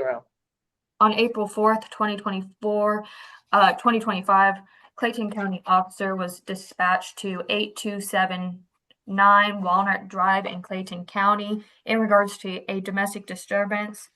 The officer made contact with the victim, Carisha Ray, that is Karisha Ray, Ray, and stated that the defendant was taking items from the living room, cussing her out, and that another victim, Mr. Tyrone McIver, that is TYRONE tried to get the defendant to move away from their mother. At that point, the defendant began to attack Mr. McIver and throw anything she could at him. The other victim, Ms. Karish, tried to break up the attack between the two and was punched in the face, to the right side of her face, with no visible mark remaining. The altercation ended, and then the defendant went into the living room and destroyed more items at the house, which included a vase valued $5 from the dollar store. Other items totaled to $45. The officer made contact with the defendant, who's admitted to the fight trying to be broken up, and there was visible disarray in the living room where the altercation happened, including the flowers in the vase that was broken, glass on the floor. The male victim had a red mark on his chin and left cheek. The offender had no marks on her face. The officer was able to determine that the defendant was the primary aggressor and was placed into custody. So for case ending in 2026 CR 02570, the state is asking for count 3, 12 months to serve, 90 days, balance probated, complete a family violence intervention program, a $500 fee, no contacts with either victim, Carisha Ray or Tyrone, or David Patterson. And for count 1 and 2, plus 4 and 5 and 6 to merge, and the state will no cross count 7. All right. Sorry, that was kind of out of order. I apologize. That's fine. I got it. I'll reiterate it. So, ma'am, you're entering a plea of guilty to count 3.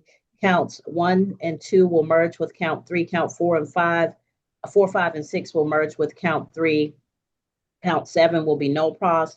By entering a plea to count 3, you give up, I'm sorry, it's 12 months to serve 90 days. Has How long has she served? She was in jail for this from April 4th to the 9th, so about 5 days. I'm not sure of what the time is currently that she has. Credit from for the 5 days in April of 2025, and then also credit since the date of lockup most recently. 12 months to serve 90 days. Balance will be probated for a $500 fine, family violence intervention, and no contact with Carisha Ray and Tyrone McIver.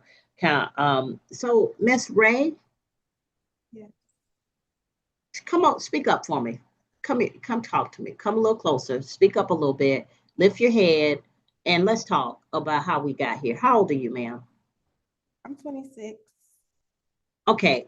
And do you have children with Mr. Patterson? Yes, I have one daughter. One daughter. Yes. Where's that daughter now? She's with him. Okay. Is he the father of that child? Yes. Okay. Is your child safe? Yes. Okay.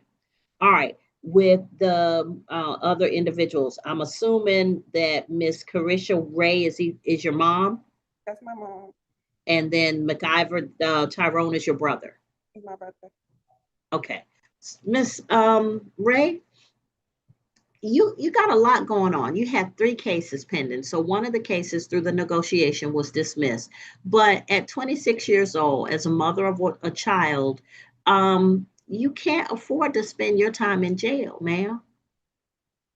Yes, ma'am. Are there any concerns, Mr. Bug? Probation, Your Honor, just the fees, we would ask the probation fees to be No, I waived. mean, are there any health situations that I should take into consideration? Not that I'm aware of, Your Honor. To me, in my opinion, she's legally competent to take a plea, and she has not shared with me any mental health or other diagnoses that will cause her to be a risk to society. Okay, because when I see people, I think y'all young people call it crashing out. When I see somebody crashes out and they have back to back to back case, that tells me something's going on. But I can't always ask you what's going on because I don't want you putting your personal private business out on the whole world. But what I always think about is, probably what is going on that's causing these issues. Yes. What I would need you to think about is when you get out of jail, where are you going to be safe? Well, my dad said I can come stay with him. Okay, but you're not going to be able to stay with your dad with this kind of behavior, right? Yeah. You're going to have to be reasonable. Well, me and my mom, we always clash. I don't know why we always have an argument, but I know, but that's not, somebody's got to be the communicator. Somebody's got to be, and here's the other thing. Even at my big age, my mama will come to my house and boss me in my own house because mamas never think that you're grown. It doesn't matter whether you have a child, it doesn't matter. They don't ever think that you're grown. And so the whole point is as long as you're in her house, you got to take the junior position. You don't get to crash out and tell her in her house what you gonna do or not gonna do because she's the one keeping a roof over your head. Right. So when you say me and my mama argue, I get that, but sometimes you got to swallow that because she's the one controlling where you live. It's her place.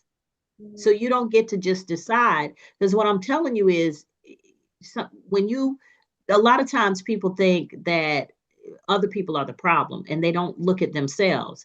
If you got 3 cases in 3 different situations with 3 different sets of people, then the problem is not them, it's you. Right. And until you acknowledge that, you're going to keep picking up cases like this. You can pick up another battery case and you might end up upstairs as a felony. Mhm. And you don't want that. Right. That's why I try to be cordial with my mom. Like I try to talk to her with respect and all of that. But sometimes she just don't take it. How old is your child? She's 3. Have you graduated high school? Yes. I was Do in you, college. okay, where were you in school? UEI. I'm sorry? UEI. What do you study in? Medical assistant. Okay. When do you think you're going to be able to finish that? After I get out of here and go back. Like months, a year? What are we talking? Oh, it only takes 10 months. Okay. Here's what I'm saying to you. To get a job, you got to have a good record. And so you can't keep doing this. You understand? Because especially if you're going to work in somebody's medical office or a hospital, they do a background check. Mhm. And this is not what they're going to want to see. Right. I'm asking you, Miss Ray, to start thinking about not just your life and where your life is going, but where your daughter's life is going. Okay. I would suggest that you not have any more kids right now because you're not stable. Okay. And if you're not stable, your daughter's not stable. And let me tell you something that I've heard repeatedly since I had my first child. The health and welfare of the child depends more on the stability, health, and welfare of the mother than any other factor. Okay. If the mother's not stable and doing well, the child tends not to be stable and doing well. You got me? Yes. So I need you to remember that. And this is a lot. Are you working or are you just in school? I'm just in school right now. Because the $500 fines are literally the total is going to be $737.50 with the surcharges. The $300 fine is going to be $444. So you got two $700 at $735 fines. You got one $444 fine. That's a lot. This is what I need to tell you. I'm going to waive the supervision fees on your probation so that you can focus on the classes. Now, listen to me carefully. I need you to take the parenting class and finish the parenting class. Do you hear me? I need you to take the family violence intervention program and finish the family violence intervention program. Do you hear me? Yes. Those are what are let me tell you the things that are most important to me. Excuse me. One, that you report for probation. Even if you're not doing what I tell you to do, you need to still report, because if you don't report, you'll get arrested. Okay. Okay. The second thing is you need to get these classes done. You got me? Yes.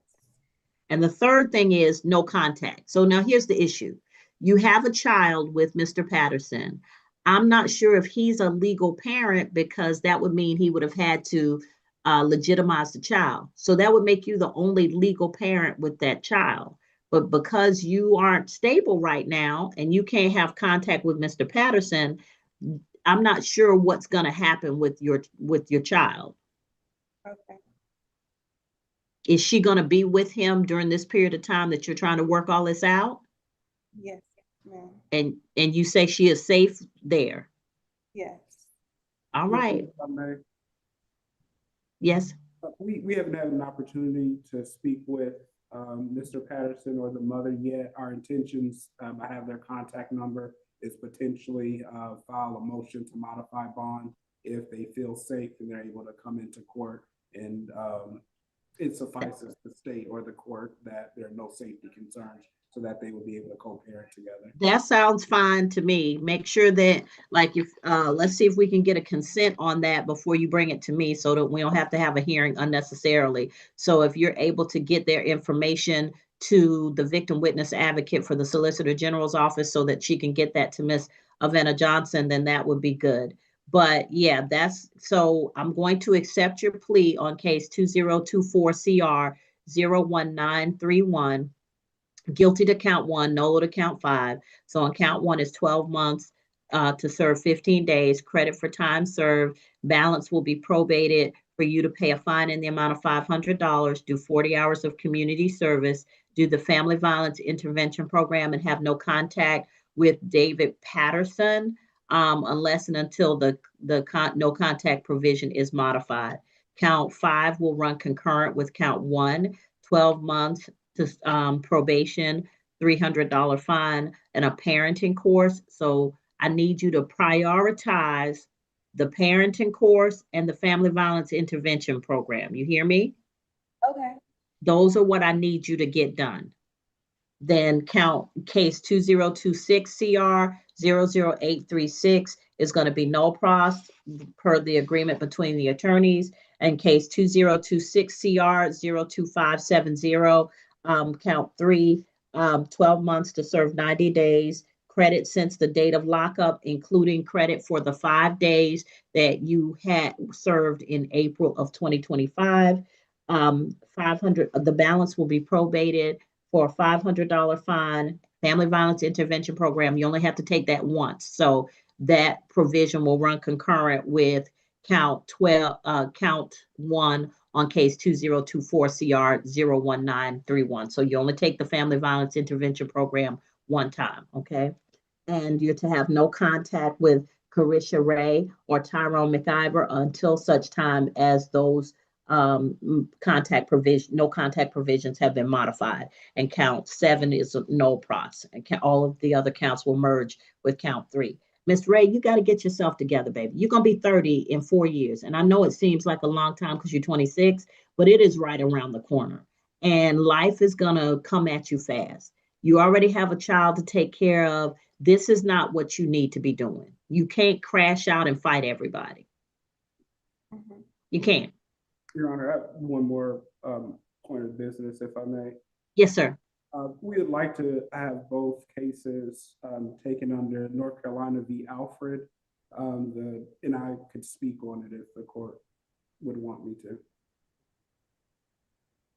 Okay. I don't have a problem with an Alfred plea. Thank you, Your Honor. All right. So case 2024 CR 01931 Alfred. And then case 2026 CR 02570 Alfred. All right. So remember what I said, Miss Ray. The next thing is you got to have a plan. So you're going to get this medical assistant degree. What are you going to do from that point on? You need a plan. You need a 1-year plan. What am I going to do in the next year to get myself stable and to get my daughter stable? And then I got a 5-year plan. What am I going to need to do in the next 5 years to get myself stable? If you are stuck and you don't know what to do, ask questions. Okay. All right. Okay. You can go back with the sheriff's office. Thank you. Oh, I'm sorry. Case 2026 CR 02570 will run concurrent with case 2024 CR 01931.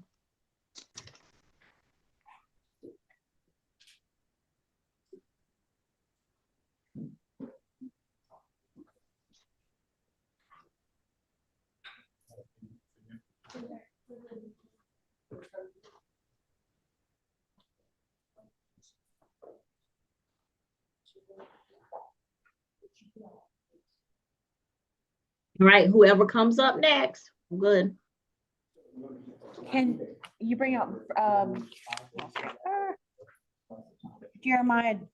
No, Rakeem Halbert. My apologies. Rakeem Halbert.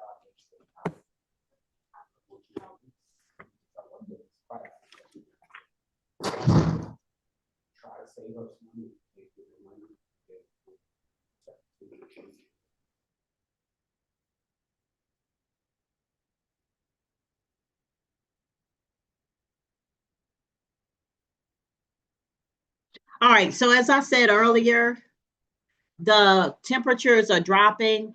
So Clayton County has a warming facility that is open. So if your clients are getting out tonight and they may not have been arrested with the proper clothing, But there's a warming facility at Anointed Vision of Hope.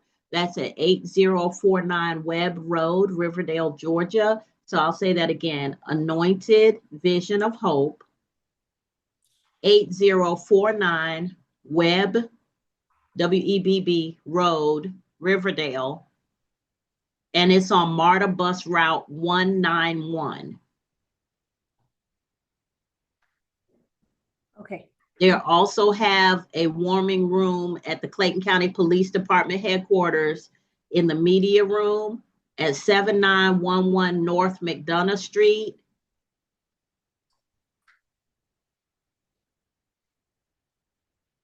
And there will be people canvassing the county to help provide transportation. So please be mindful that it 6 p.m. to 8 a.m. there will be warming rooms open because it is going to be very, very cold tonight. So if you would pass that information on, Miss James, if you would pass that information on when you do probation intake, that would be very helpful if you could do that for me, please. If you need me to send you the email, I'll send it to you right now. All right. So who is this? Mr. Halbert, Your Honor. All right, Mr. Halbert, raise your right hand for me. Yes, ma'am. You solemnly swear or affirm any testimony you give in this matter will be true. Yes, ma'am. All right, you can put your hand down. So, Mr. Halbert, you're before the court for State of Georgia versus Rakeem T. Halbert, 2026 CR 01785 for theft by shoplifting, count 1, criminal trespass, count 2, false report of a crime, count 3. You're represented by Attorney MJ Tortorella with the law firm of Lister, Holt, and Dennis. Attorney Tortorella, what does your client plead to the offenses before the court? Your Honor, for count 1, theft by shoplifting, that will be a guilty plea. Count 2, criminal trespass, that will be a nolo. And count 3, false report of a crime, that will be a nolo plea. You said the third one is a nolo also? Yes, Your Honor. All right. By entering a plea of guilty, count 1, and nolo to counts 2 and 3, you give up the right to have a trial by jury or judge. You give up the right to have the state prove your guilt beyond a reasonable doubt. You give up the right to have the presumption of innocence in your favor.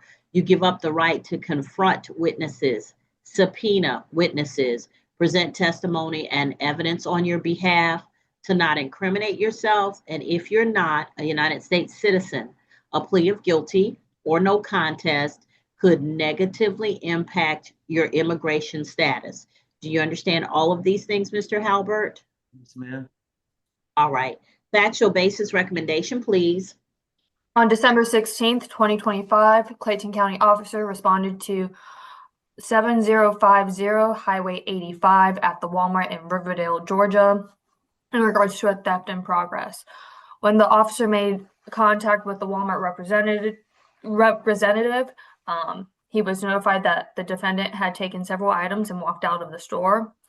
The Walmart representative did notify the officer that they did attempt to go after the defendant, but were unsuccessful. CCTV camera footage caught the defendant walking to the Walmart parking lot. At some point during this call, an unknown caller who was identified as the defendant, from what it seems based off the report, stated that someone was pointing a firearm at them. When the officers made contact with the defendant, they observed that no one was pointing a firearm at him, so this was a false call, and that he had the selected merchandise of a men's sun shirt and GE chino pants that had been taken from the store that were a approximate total of $36.92. When asked for his name, he provided his name and date of birth. At that point, he had been given a trespass warning from a previous Walmart in that area and was taken into custody. The state is recommending for count 1, 12 months to serve, 90 days, balance suspended. Do not return to the incident site of, I just had that incident site, 7050 Highway 85, Walmart in Riverdale. Also to stay away from all Walmarts in Clayton County. For count 2, 12 months to serve, 90 days, balance suspended. Do not return to the Walmart in Clayton County that he was arrested at. This will run concurrent with count 1, as well as count 3, 12 months to serve, 90 days, balance suspended. No further violations, and this will run concurrent with the previous 2 counts. All right, anything on behalf of your client, Ms. Tortorella? Yes, Your Honor, my understanding is that he will be getting credit for time that he has already served. Yes, that is what we agreed to this morning. All right.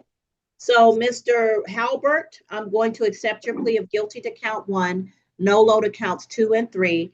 Count 1, 12 months to serve, 90 days, credit for time served. Balance will be suspended as long as you do not go back to any Walmart in Clayton County, Georgia. Count 2 will run concurrent with count 1, 12 months to serve, 90 days, credit for time served. Balance will be suspended as long as you do not go back to any Walmart in Clayton County, Georgia. And count 3 to run concurrent with count 1, 12 months to serve, 90 days, balance suspended as long as you have no new violations of the laws of the state of Georgia. Yes, ma'am. All right, sir, you can go back with the sheriff's office. I had a question. So what was my release date? I believe today, if you have received all your credit. Okay. I'm a veteran also. You're what now? I'm a veteran also. Get some help with the VA, Mr. Halbert. I'm working. I just came from the VA. I'm working on my claim right now. So they said I had to. Okay. Okay. Keep in touch with the VA. Keep your benefits card on you so that you can take advantage of the health and other services that they have. Okay. Do you all still have Veterans Treatment Court? We do. That's with Judge Mack upstairs. And so I will try and keep some information about that down here. But yeah, once this case is resolved, try not to come back. Okay, stay out of the Riverdale Walmart. All right. Yes, ma'am. So I should go home today. Yes, sir. All right. Thank you. Thank you. Make sure you follow up at the VA. Yes, ma'am. Sorry. Jeremiah Jones.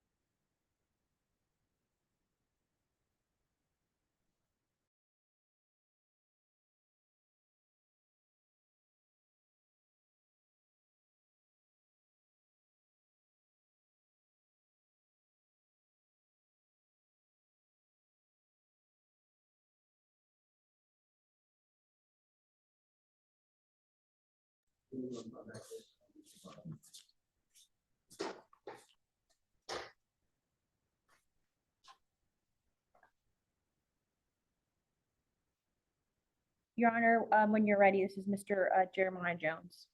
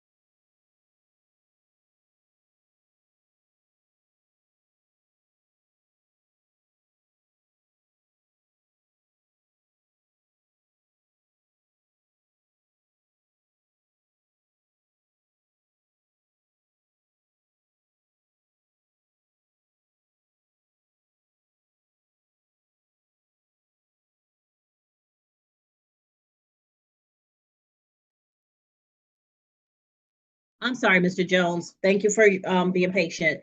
You're before the court on State of Georgia versus Jeremiah Leandre Jones, case 2026 CR 01218 for criminal trespass.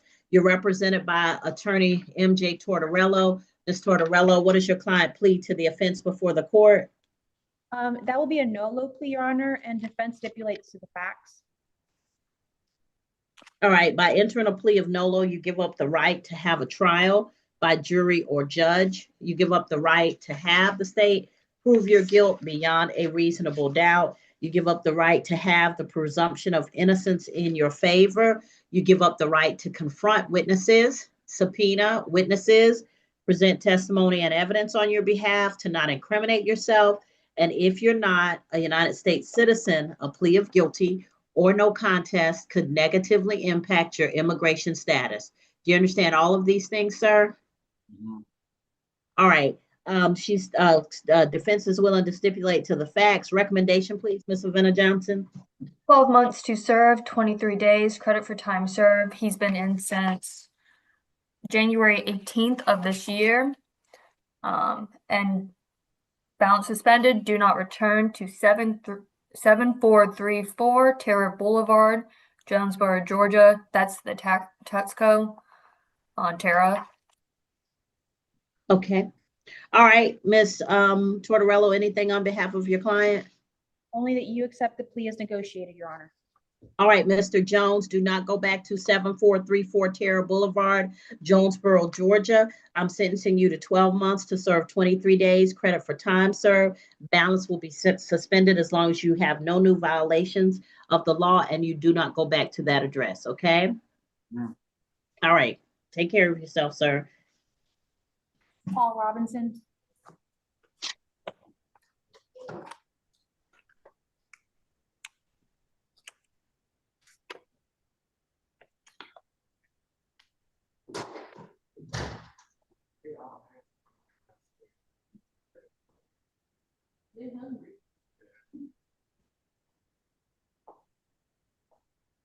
Realize, Your Honor, you've been one of the only people to say my last name correctly.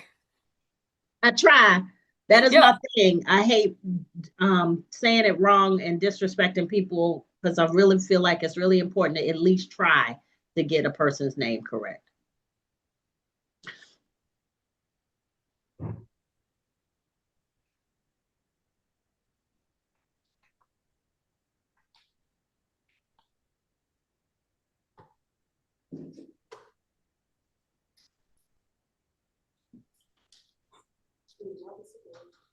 Robinson.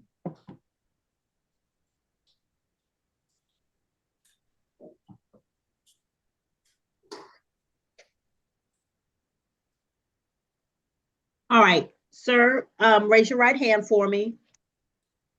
You solemnly swear or affirm any testimony you give in this matter will be true. Yes, ma'am. All right, you can put your hand down. So this is Mr. Paul Jonas Robinson, is that correct? Yes, Your Honor.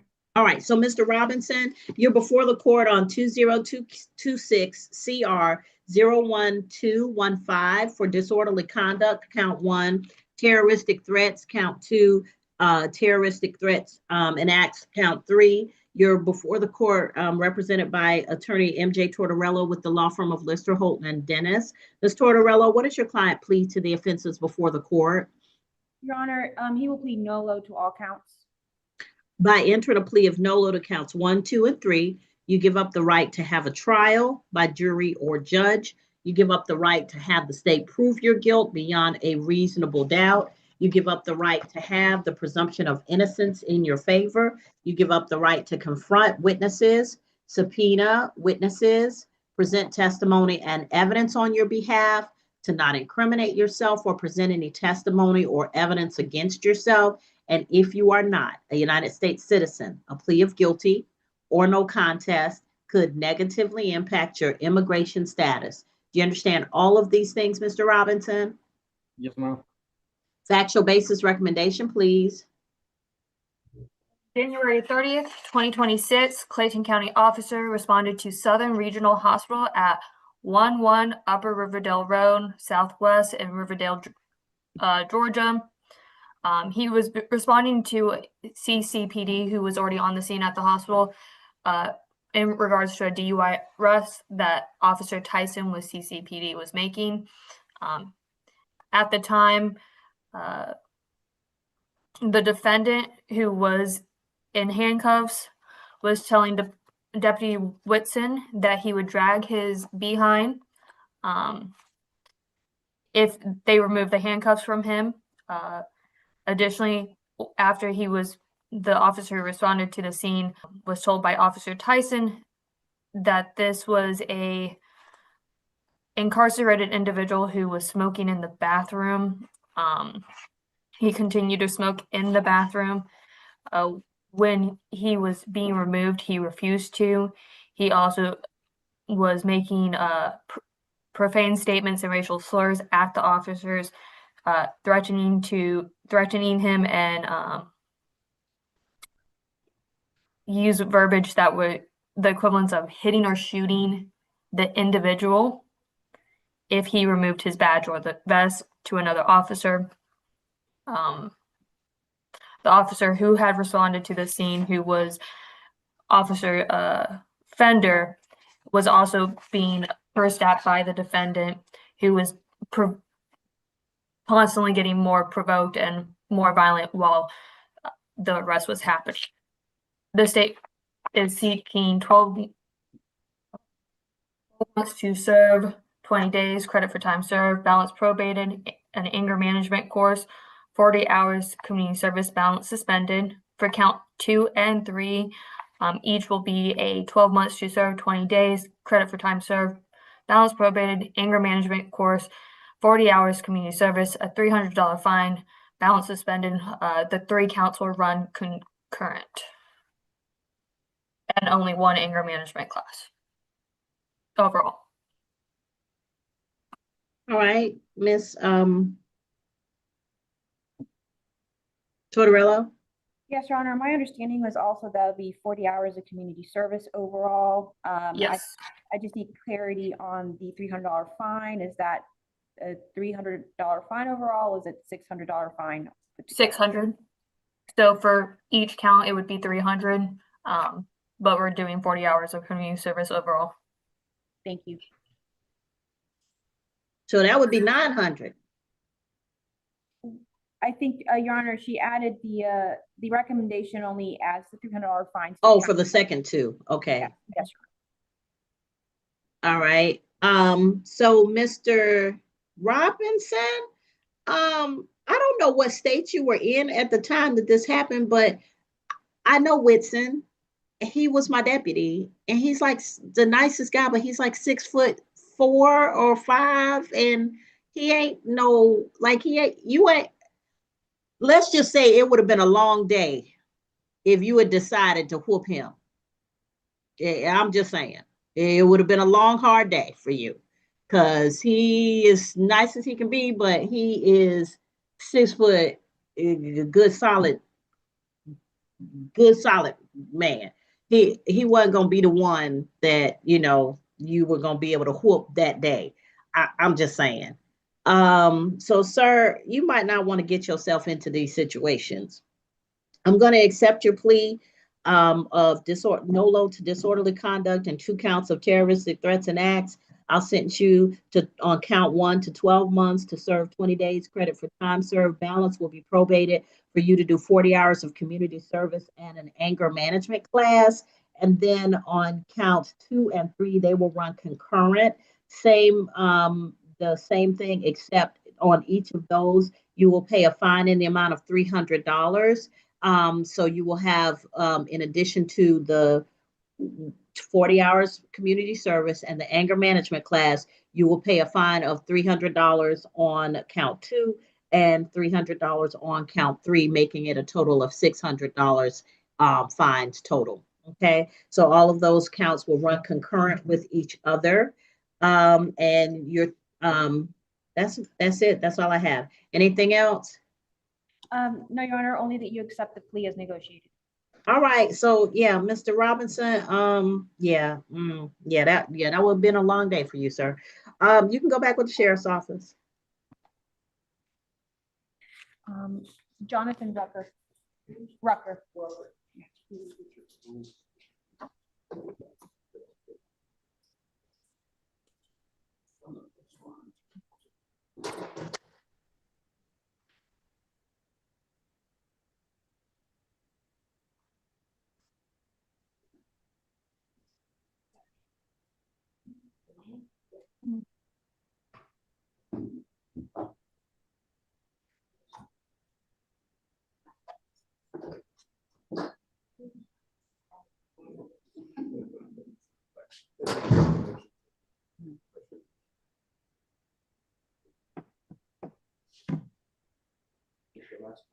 No, I still have,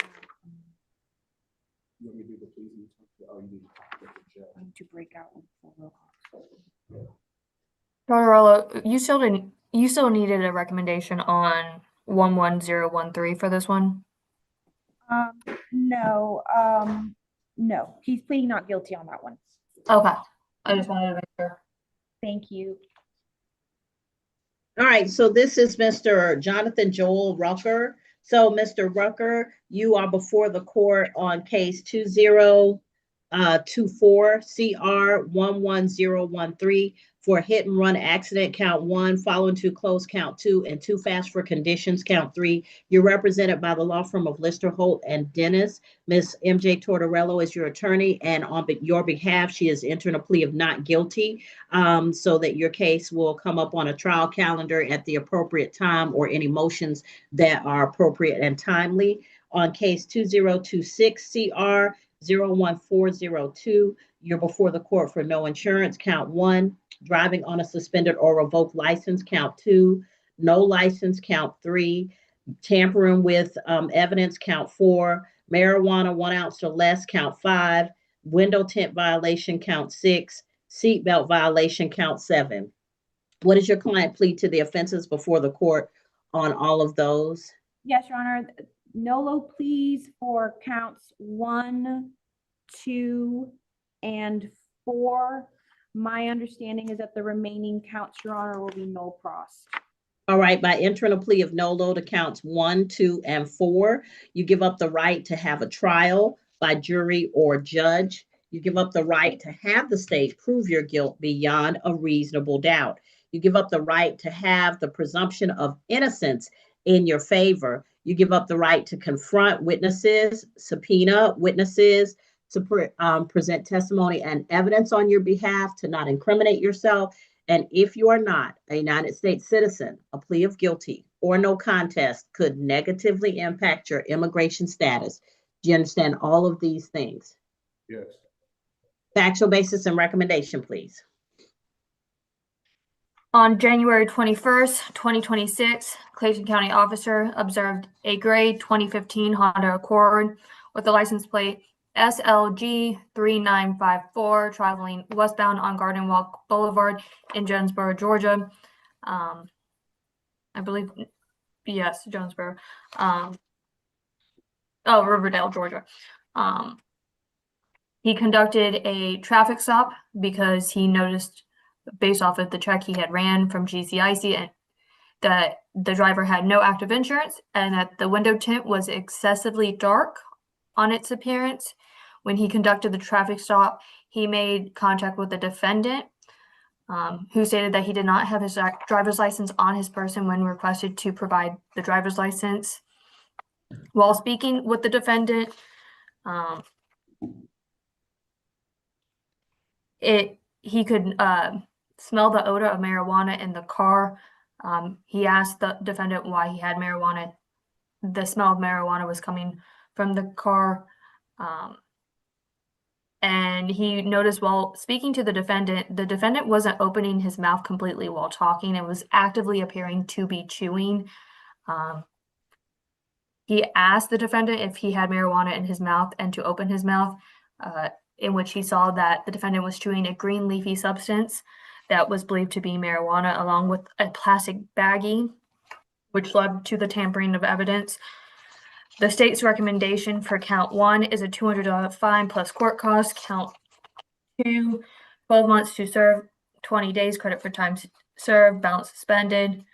Count 3 and 5, as well as 6 and 7 will be no prost, but count 4, 12 months to serve, 20 days credit for time served, balance suspended. All right. All right, so Mr. Rucker, I'm going to accept your plea of no load to counts 1, 2, and 4. On count 1, it's a $200 fine. That'll be $298 with the surcharges. Count 2, to run concurrent with count 1, 12 months to serve 20 days credit for time served. Balance will be suspended as long as you have no new violations of the laws of the state of Georgia. Count 4, to run concurrent with counts 1 and 2. 12 months to serve 20 days credit for time served, balance to be suspended as long as you have no new violations of the laws of the state of Georgia. Counts 3, 5, 6, and 7 will be no prost, and you can go back with the sheriff's office.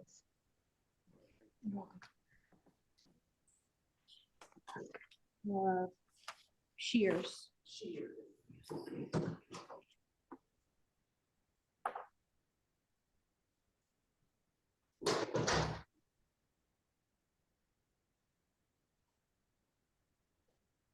Excuse me, Your Honor, may I be excused?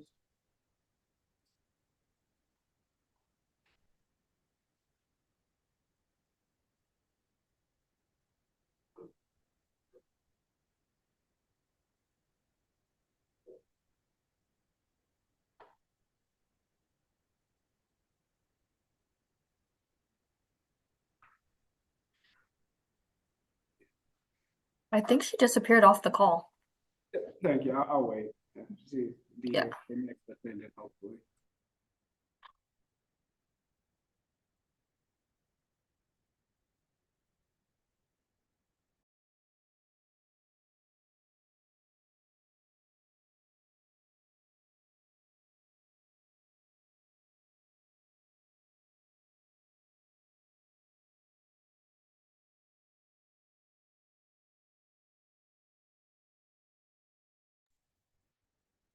Your Honor, this is Mr. Chase Shears before you when you're ready.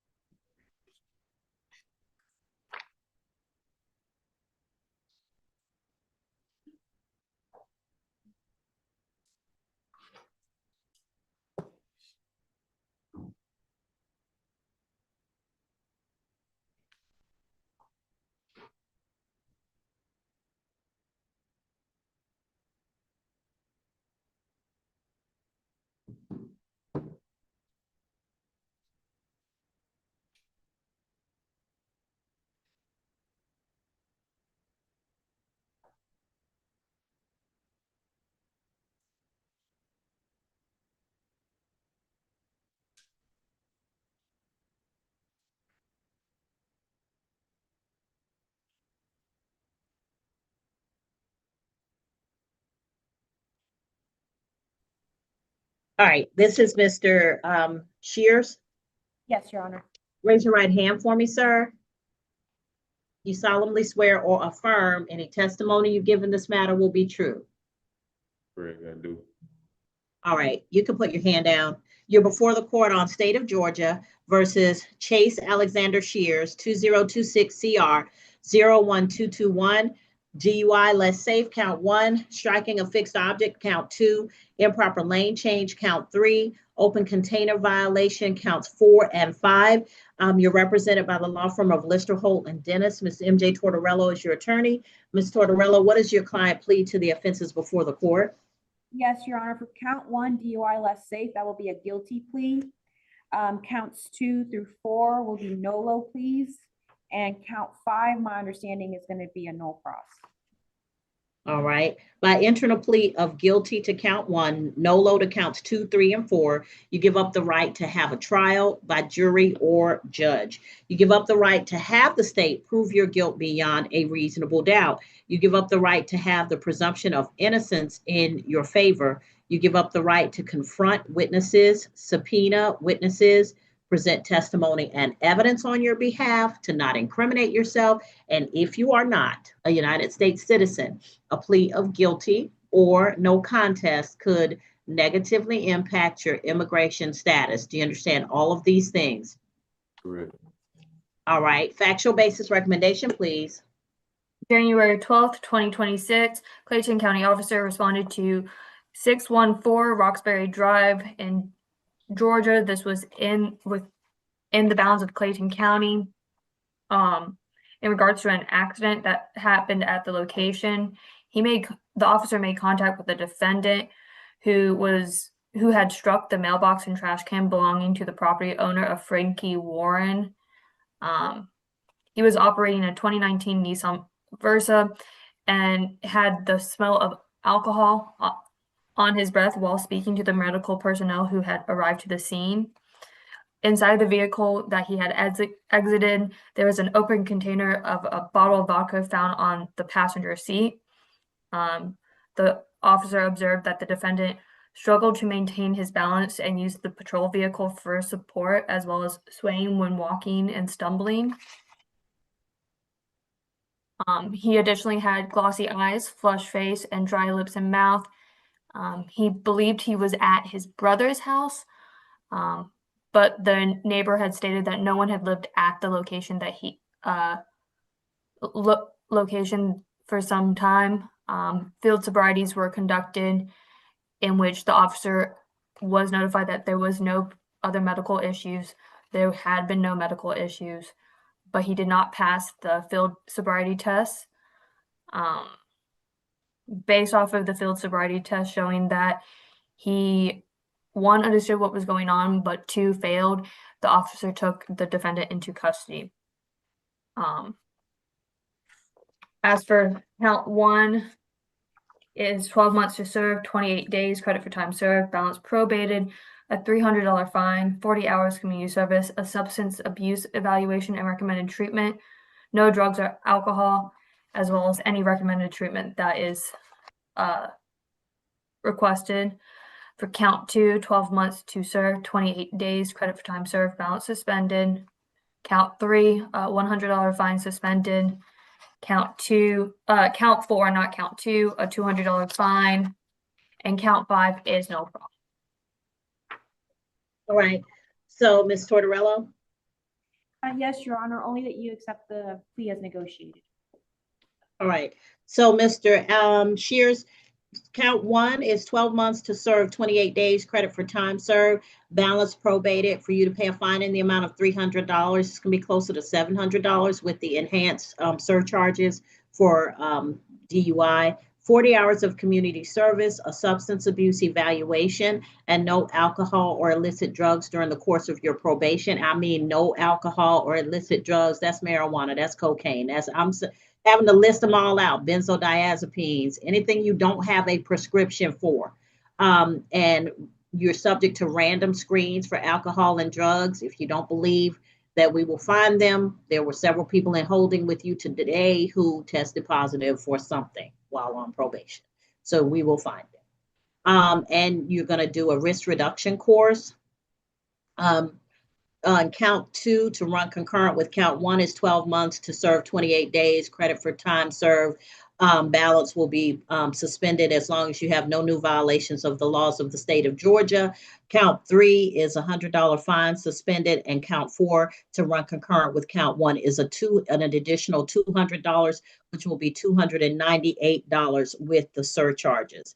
Mr. Shears, how old are you, sir? 24. Y'all got too much going on to be getting a DUI. Y'all got rideshare services. You got Lyft. You got Uber. You got stuff I didn't even know how to use, like, until my sisters, who are much younger than me, taught me how to use it. Y'all got too many things to keep y'all from putting somebody's life in danger for a DUI. You got me? Yes, ma'am. Doesn't make any sense. So why would you do something that will put you in this amount of jeopardy? And let me just lay it out for you. The probation supervision fee is like $52 a month.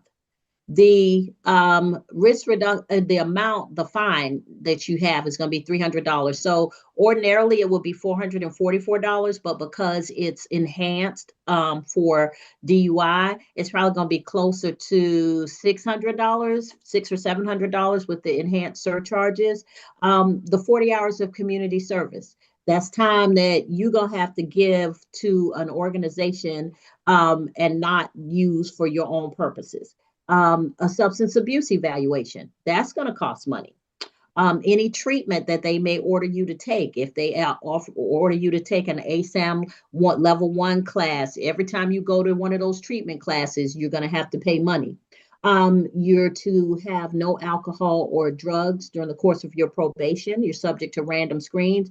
And then you're going to take a risk reduction course. That costs money. So, but for paying $30 or $40 to go hang out or asking somebody to be a designated driver, you have a DUI on your record and you're going to be before me for the next 12 months for probation. And you're going to pay a lot of money. So, sir, I'm just asking. Now, I expect people to test positive because if they have an alcohol problem and they're not admitting it, then they're going to end up drinking. And they're going to come back before me and they're going to do more time in jail. But I ask you to search yourself and figure out what your issue is and why you're here before me. You mean like right now? No, I'm going to give you're going to have time to do it. But I need you to think about that. And also, here's the most important part. Failure to appear for your probation reports. A lot of people say, oh, well, I knew I was going to test positive, so I didn't come back. Or they'll say, well, I wasn't able to do such and such, so I didn't come back. Let me tell you the quickest way to get arrested on a probation revocation, to not appear for probation, to fail to show up for your probation reports. I don't care about whatever else is going on. If you fail to show up, that's an automatic judge signed this arrest warrant because he didn't show up. We clear? Yes, ma'am. All right. Now, I just need you at your young age to start thinking about why you before me in an orange jumpsuit and what choices you could have made differently. Yes, ma'am. All right. So you're going to go back with the sheriff's office. Probation's going to come speak with you. And anything else, Ms. Tortorello? Yes, Your Honor, he has a question for you. Yes, sir. I was wondering because I'm serving out the rest of my probation for Forest Park right now. Like how that's gonna work. I'm sorry. And what is it you're asking me? Because I don't hear a question. No, I'm saying like how the probation stuff gonna work. Like you just what now? I got it, Your Honor. Yeah, Ms. Tortorello will explain what that means, but you don't get to miss my reports for whatever you're doing.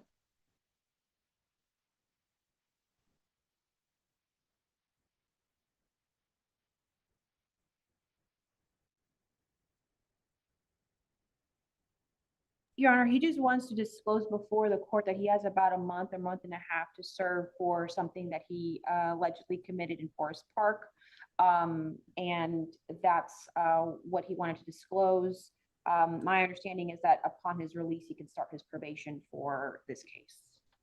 Okay, well, whatever, you're going to start it whenever probation says you're supposed to start it. So you work that out however you need to, but don't miss my probation because you're doing something else. And that brings up another point. Like, why, sir? Why are we doing all of this? Why we keep going? I know that I will always have a job. I know that Miss Chang in probation will always have a job. I know that Miss Tortorello and Miss Avena Johnson will always have a job. You know why? Because folk making bad decisions. You already know. You're just about to finish up your probation with Forest Park. And what do? You go out and do something else stupid. Yeah. Sir, when we gonna start making smart decisions? Please don't tell me you got kids. You got kids? Please say no. How many? I got 2. Okay, don't have no more children. You already know your equipment works, so you don't need to keep proving it. Number 1. Number 2, don't have any more kids until you can become a stable adult who can be a father, not just a baby daddy, whatever you got going on. Because a father is not going to be out here picking up probation cases and DUIs. And you know why? Because they busy paying for insurance, school fees, making sure the kids get up for breakfast, making sure that they're taken care of if their mom has to work. That's what a father is doing. But you out here wilding out like you don't have chick nor child to take care of. Sir, stop being immature, man up. You got kids in this world, so it's no longer about you. And all of this here foolishness that gets you in an orange jumpsuit or in front of a judge, start thinking differently. Yes, How old are your kids? we got one that's 4 and one that's 7. One is what? 1 4 and 1 7. Yeah, sir, that 7-year-old is so clear. And if you don't think that they don't know what you up to, some nosy, busybody family member gonna say, well, your daddy a jailbird. You know that. He's gonna say it to that child or in that child's presence. So let me just be clear. If you don't want to be that in your child's eyes, if you don't want them looking at you like you ain't worth nothing, then be worth something. Yes, ma'am. We clear? Because I can tell you definitely the difference between my biological father and the impact he made on my life, and my stepdad and the impact he made on my life and continues to make. I can tell you so clearly who made the more positive impact. Stepdad all day, every day. Because he showed up every day. If my mama wasn't cooking breakfast, he cooked breakfast. If she had to go out of town for her job, he was there. If I had to get picked up from school, he was there. Don't be the person who is not there for your kids because you're being selfish. Yes, ma'am. I'm just saying, think about it. You bringing kids into the world and then you just doing stupid stuff where that takes you away from your children. It's no longer about you. You no longer get to be wild and carefree and hanging because you chose to make kids. Now, if you didn't have no kids, then this would be a different conversation. Like, sir, you out here wilding. Just don't hurt nobody. But you have kids. And so every time you are in an orange jumpsuit, every time you're paying money to the state instead of paying money for your kids, for child support, for child care, for medicine, for food, for shoes, for clothes, anytime you divert your money to Clayton County or Forest Park from your children, you've been a bad father. You've been a bad father. You've been a bad dad. And I'm not going to sugarcoat it. We're clear? Yes, ma'am. All right, so think about these things while you are on probation for this foolishness. You can go back with the sheriff's office. Timothy Taylor.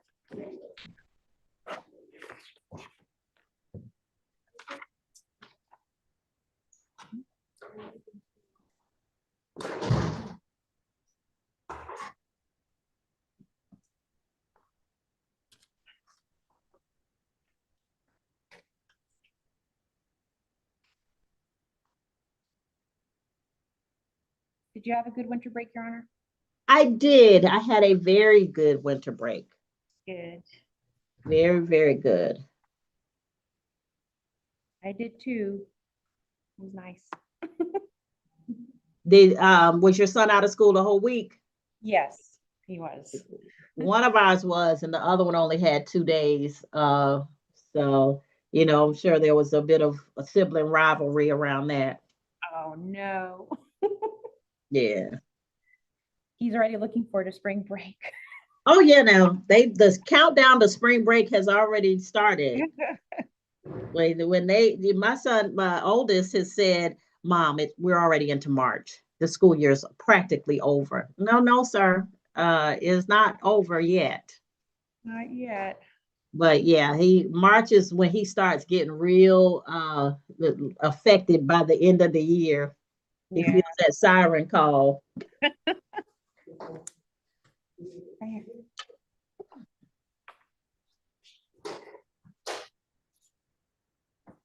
This is Mr. Timothy Taylor, Your Honor. Mr. Taylor, I'm seeing you too much. Raise your right hand for me. I've never been in here for one time with you. I know. That's one time too many. Oh, I do apologize. Solemnly swear or affirm any testimony you give in this matter will be true. Yes, ma'am. All right. You can put your hand down.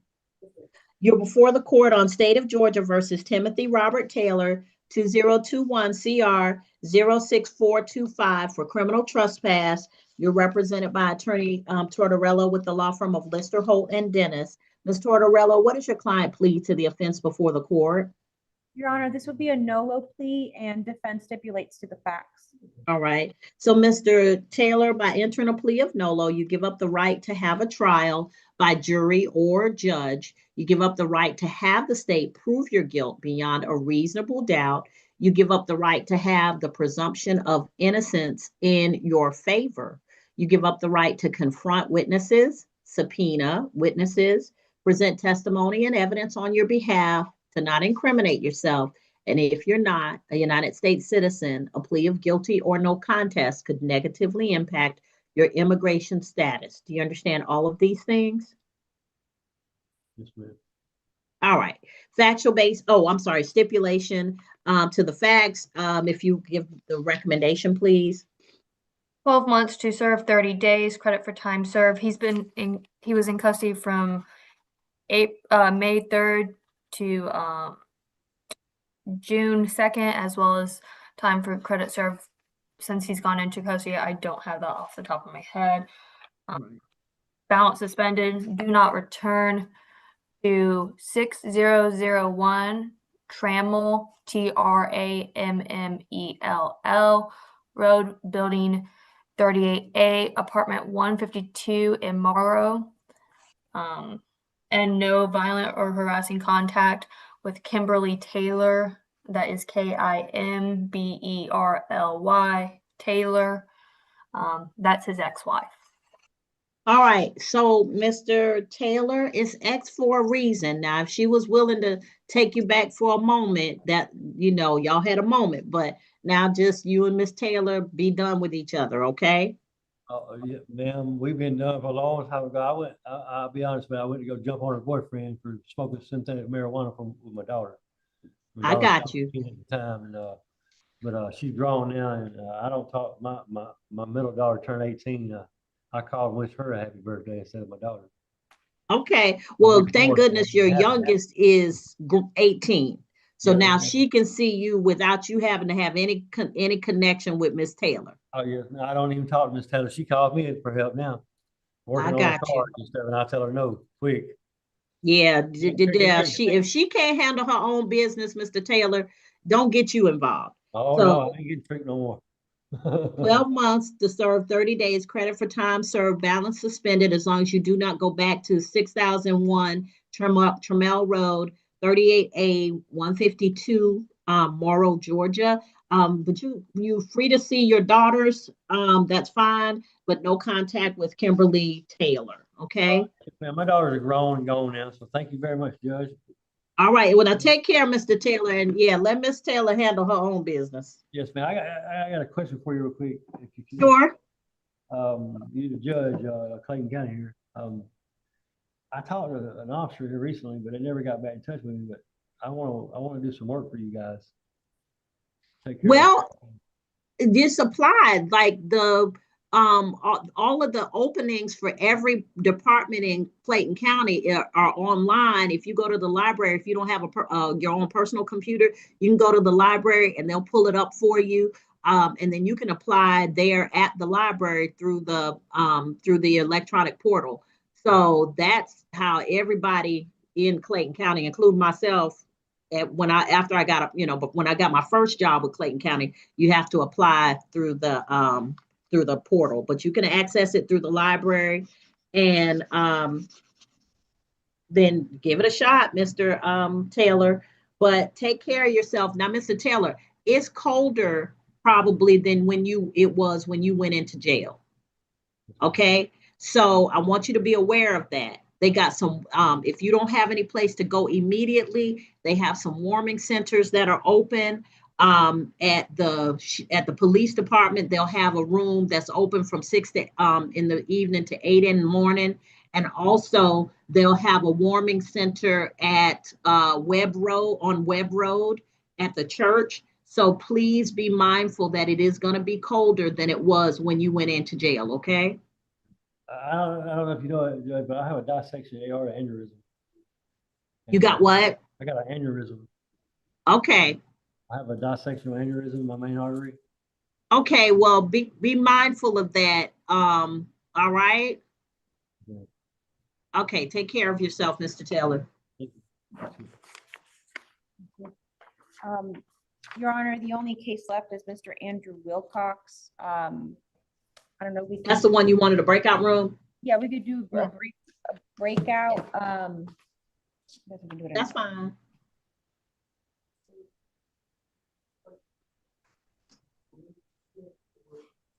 Okay, so we'll do that now.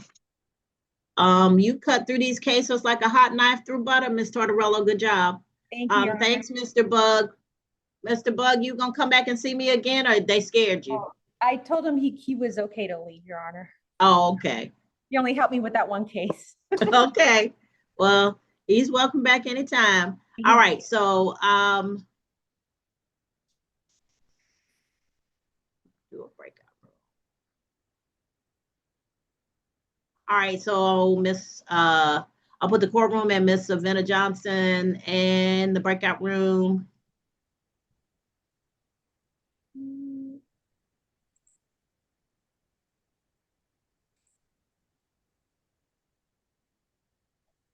Yeah, I will join.